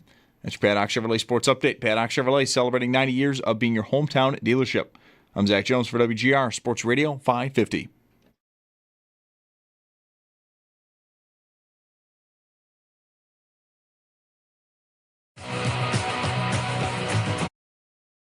And the Bulldog. All right, what's the report from outside? I was outside for maybe 3 minutes. I counted 8 Q-tips. It's got to be one person. Was their Q-tips out the window when they're done using them in their cars. Job. One person? More than one person using Q-tips and throwing them outside? I don't think I use 8 Q-tips in a year. I think I've never used 8 Q-tips. And the Bulldog. What the hell is going on? I don't think I want to work in a place where people roll their windows down and throw Q-tips for Lord knows what and just throw them on the ground. What, is it the 70s? Oh, that's not very nice. It's Mike Schopp and the Bulldog. Driving on the highway 5 miles an hour. I get a little left in my soda from the fast food window. That was the 70s. About anything. Throw a burrito out the window. Nothing matters. 2025, what are you doing? WGR. Throwing Q-tips out of your car. Sports Radio 550. Welcome back. 30550 chat with us. Sal sent me a tweet. It's got a check mark, so you're allowed to tweet at length if you have the check mark. I see. Right. Yeah. Mm-hmm. One of those. Yeah. This is a guy. Show more. Yeah. Yeah. It's a long. Yeah. It's almost an essay.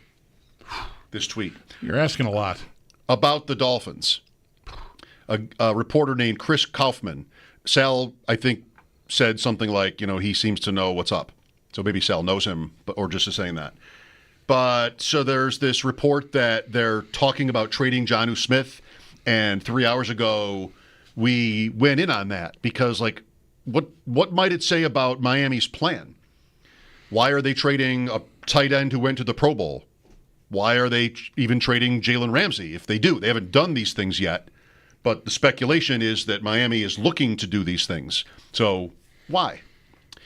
And you talked about maybe they're ready to reshape their locker room. Right.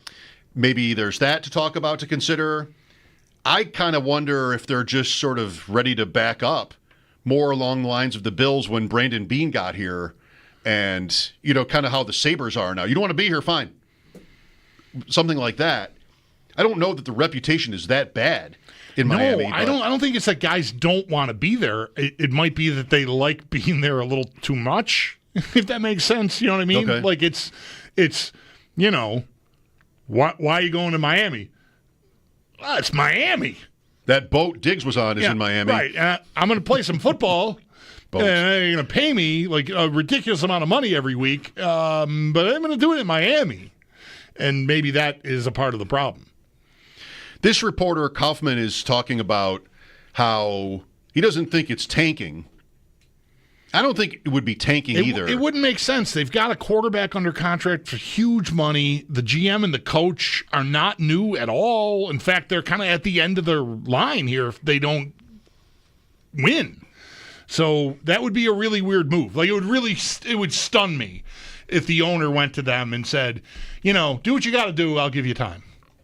I just don't think that's where they're at, and I don't perceive that owner to be that way. At least not with these guys right now. Anyway. I'm not sure I fully understand the writer's take, but he does say, I don't think tanking is right. I don't think tanking would be, I don't know. I don't think it would be right either, but it's not what you do when you're pushing. No, that's also right. And Miami should pick a lane. And this has been true for a while. And I don't know if before it was really like a problem. I mean, last year, what were they supposed to do last year? What did they do last year? They had injuries last year, but what did they do anything that read like rebuilding? Not that I can think of. I mean, they added. I mean, they were in the playoffs the year before. Right. They went to Kansas City, it was minus 20. So that seemed right. Now they're maybe in kind of a purgatory, the Dolphins. And perhaps it's the right move to dump a couple good players. I mean, you're not going to get anything for the bad ones, so you do that. I wonder where that leaves Tyreek Hill. Tyreek Hill, at the beginning of the offseason, sounded like he wanted to be traded, or at the end of the regular season, right. He wanted to be traded. Then he softened on that. He also has an injury. Like, I don't think he's participating in their stuff. He has a wrist injury, I think. He wasn't supposed to be available this spring. So I don't know if that precludes anything, but nobody seems that excited for the Dolphins anymore. No. 2 years ago, very excited. Last year, only a little bit. Now, I was still pretty excited about them last year. I thought they would be the biggest problem the Bills had. Now, I don't know. Did it turn out that they still kind of were? I don't really know. Like, were they second in the division last year? Like, how did that shake out? I don't remember now. But I mean, they had big injuries last year, and it kind of unraveled. I don't know, man. I haven't read this piece, so I haven't read a lot of analysis on it. But I'm still gonna, until I hear a better theory, I'm gonna stand with they are going addition by subtraction. This is our last chance. I don't like this guy. I don't like his attitude. Something about whomever. And that's why they want to clear the deck there. However good the guy is, it's not enough to overcome the negatives, and I want to have guys in here that I can trust if I'm on my last legs. That's how I read Greer and McDaniel right now. Not knowing who specifically the problem guys are there, but I just know there was a lot of reporting last year about just the thing was run amok. McDaniel did not have command of that team. So that's part of the reason why I am expecting them to really spiral this year, because I think you go into a year with a guy, if you don't make dramatic changes, maybe they will get better if they remove the right guys. And again, I don't know that that's what's absolutely behind these guys, but it stands to reason if you've got locker room problems and your coach and GM are nearing the end of their cycle, then they're going to try to do something to change that outcome. Because if they don't believe with all the talent they had that they can win, then you got to try something before you get shown the door. That's my best guess as to what's going on there. But again, I don't know for sure that adds up. But otherwise, I don't think tanking would make sense. There's no way to me that owner would give them that wide a berth. Oh, yeah, let's start over. We'll draft another quarterback and give him a $60 million a year contract eventually, like we just gave Tua 55 or whatever they gave him. There's no way that's happening. Those guys are tied to Tua. They got to win with Tua, and if they don't, they're getting fired. That was always the case. Yeah. You only have so much time. So it might be misguided, but I think what they're trying to do is trying to get better by doing whatever they're doing here. Because nothing else really makes sense to me. I don't know. There could be some part of this that I'm missing that's obvious, but I don't know. Well, we have some experience with this. Certainly, we have enough experience talking about other teams, too, in this situation. It almost seems like there's no right answer. Like, living in Allen's division, it's just not enviable. Right. What are you supposed to do? What are you supposed to shoot for? The Dolphins, 2 years ago, the Dolphins got a lot right. I mean, they had the 70-point game. Ultimately, the season ends with the loss to the Bills on the Sunday night and then the loss to Kansas City in the playoffs, but it's not like there's much shame in that.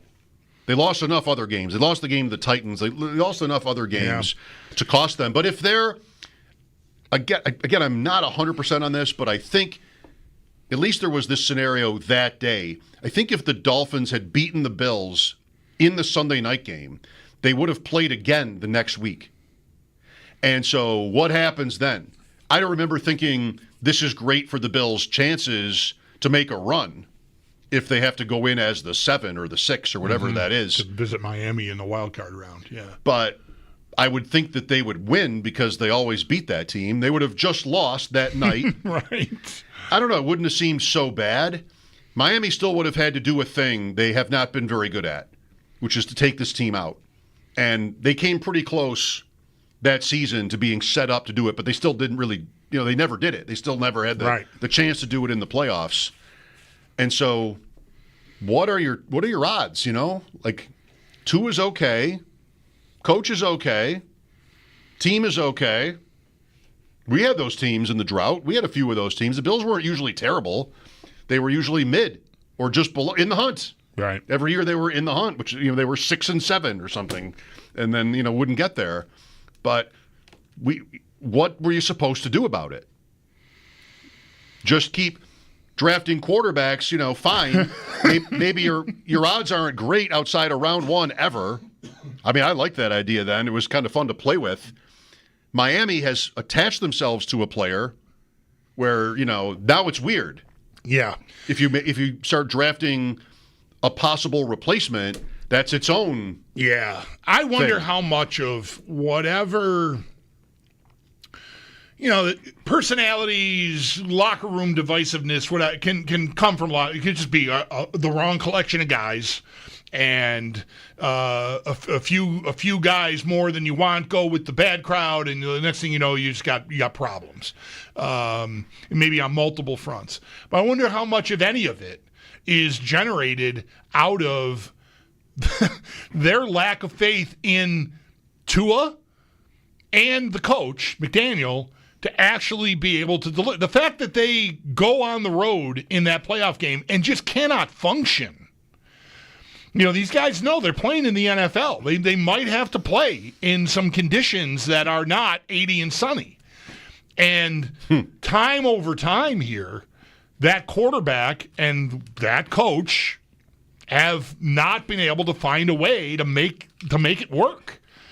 And they very much look like a one-trick pony. The trick was really good because it's predicated on speed, elite speed, and like you're gonna win. You're gonna beat a lot of teams in the league. You're gonna beat a lot of bad to average teams if you got that.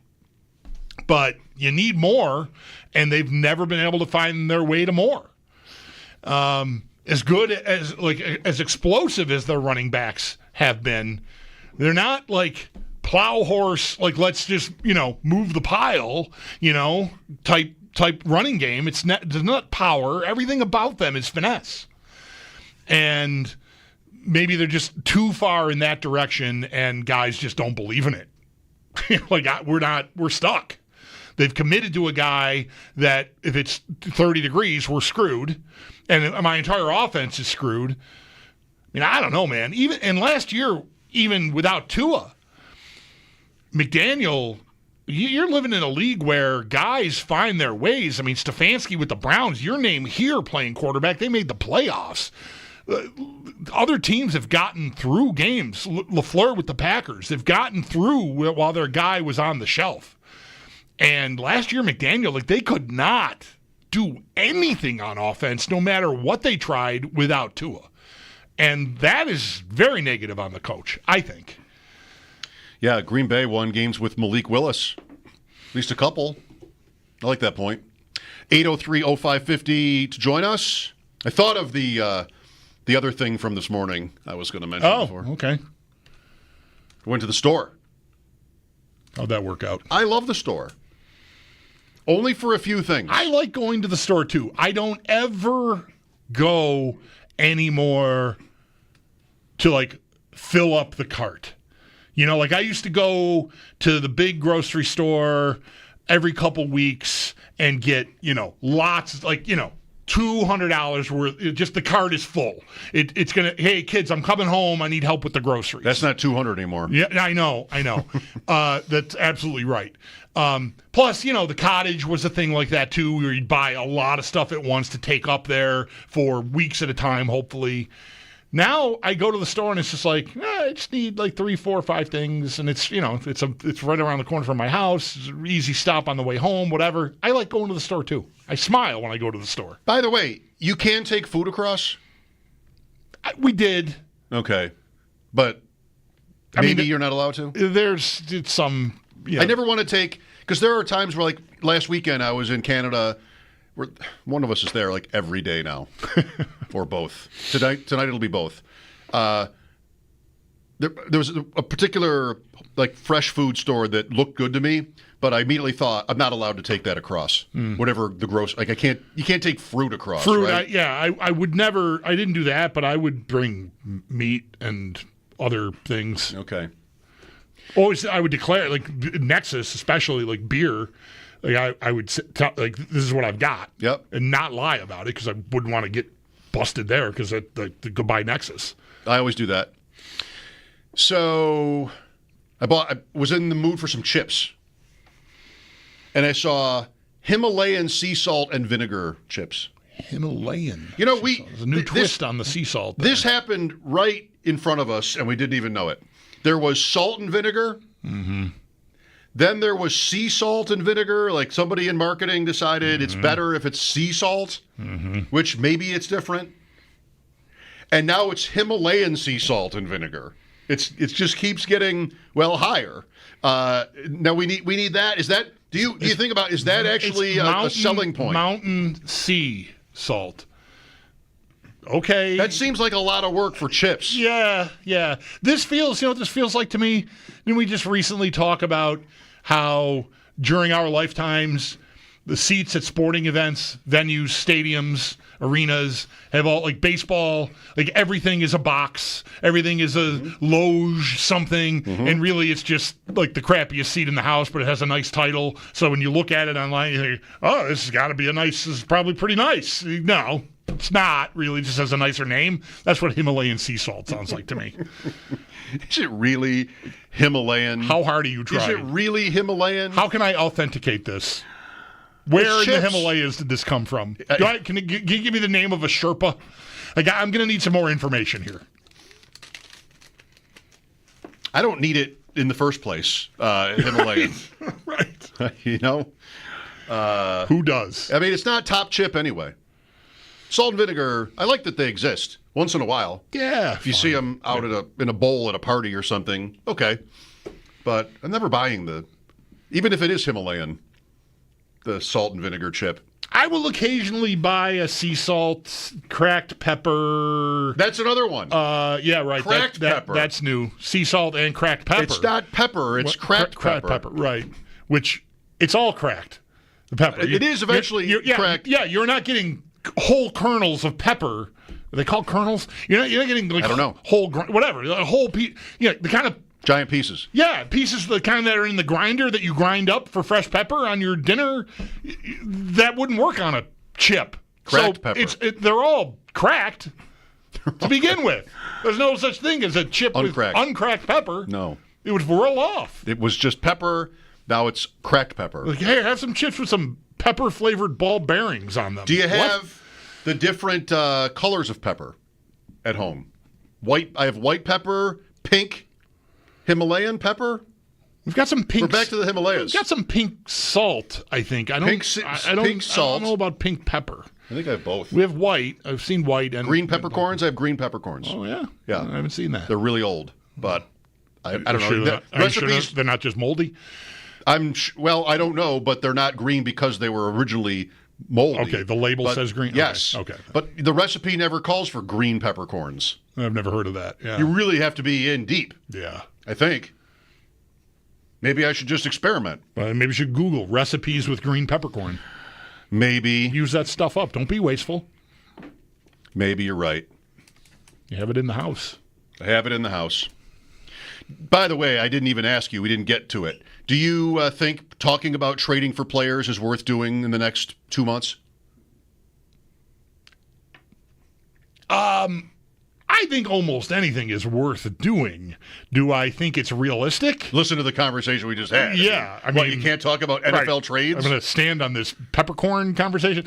I think it's highly unlikely.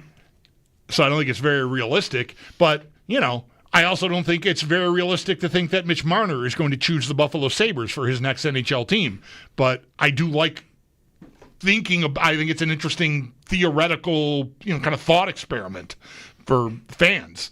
So, I don't know, Trey Hendrickson maybe is the biggest name you might want to consider. Although we did talk about Jalen Ramsey a bit today, not particularly as it pertains to the Bills trading for him, and I don't want them to, but there is a big-name guy out there at a position the Bills have addressed, and I think that's why I think it's unrealistic. I mean, they've poured a lot into edge already in the whole defensive line to begin with. I can't really fathom them making a big move like that now for that player. Right, what do they need now? Right. And the wide receiver, I feel like they've planted their flag. That's over, yeah. Same here. They said Brandon Beane went public with how outrageous he thought it was to think that they haven't addressed wide receiver. He signed Elijah Moore immediately after that tirade, or whatever you want to call it. So he actually still had, interest in one more. But after he did that, and before Moore was signed, I thought he kind of, showed his cards. Like, they're not adding anybody now. They did with Elijah Moore, but really, he's telling you in a raw way, we're done. I'm good here. Teams on the floor. We had a great season. Added Palmer. Now Elijah Moore too. So, like, Terry McLaurin wants a new deal. Without all of that, I think I might be thinking about that. I can't imagine Washington wants to move on from him. By the way, quickly, his stat lines for his career are really amazing. McLaurin, not a player we ever talk about, but look at the consistency if you want to look him up. Sal Capaccio on with us earlier. A lot of time on Elijah Moore, who we recently spoke with. That's coming up next. Mike Schopp and the Bulldog, WGR.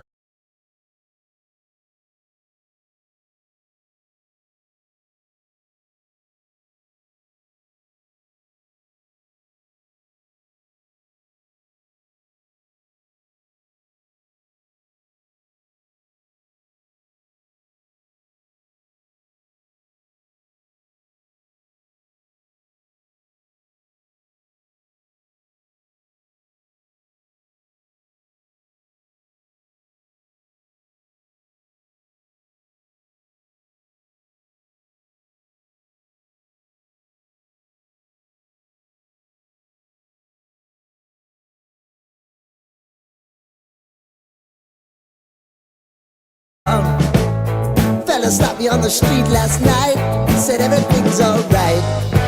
Roller coaster, make it through the day upright. It seems your meal ticket is gone, but life goes on. I could never imagine something better. Yeah, right. Now you're cooking on high heat in the middle of the street. Roller coaster, take me to a better time. Let's go. All sing your high line with the roller coaster of life. Yeah. It's time to all choose your timeline on the roller coaster of life.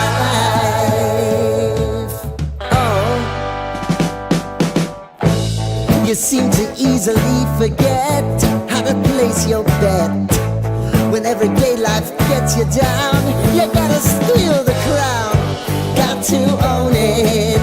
Don't bitch and moan about it, please. God forbid you scrape your knees, and it's nothing to sneeze at.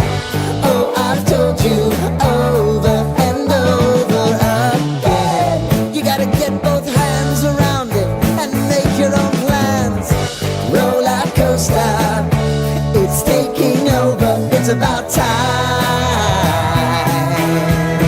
Oh, oh, sing your high line on the roller coaster of life. You've got to all choose your timeline with the roller coaster of life.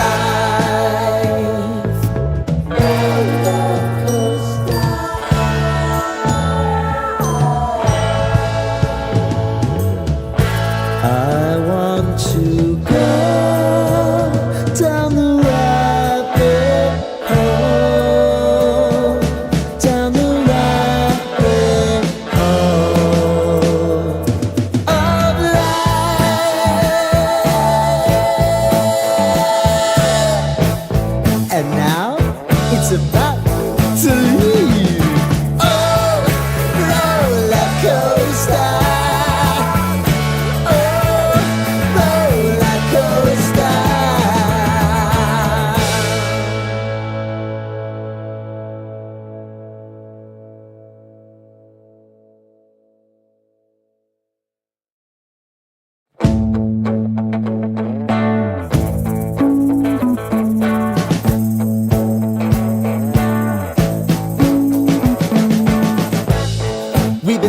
in sin so long, all the feels are gone. Fella stopped me on the street last night, said everything's alright. Roller coaster, make it through the day upright. It seems your meal ticket is gone, but life goes on. I could never imagine something better.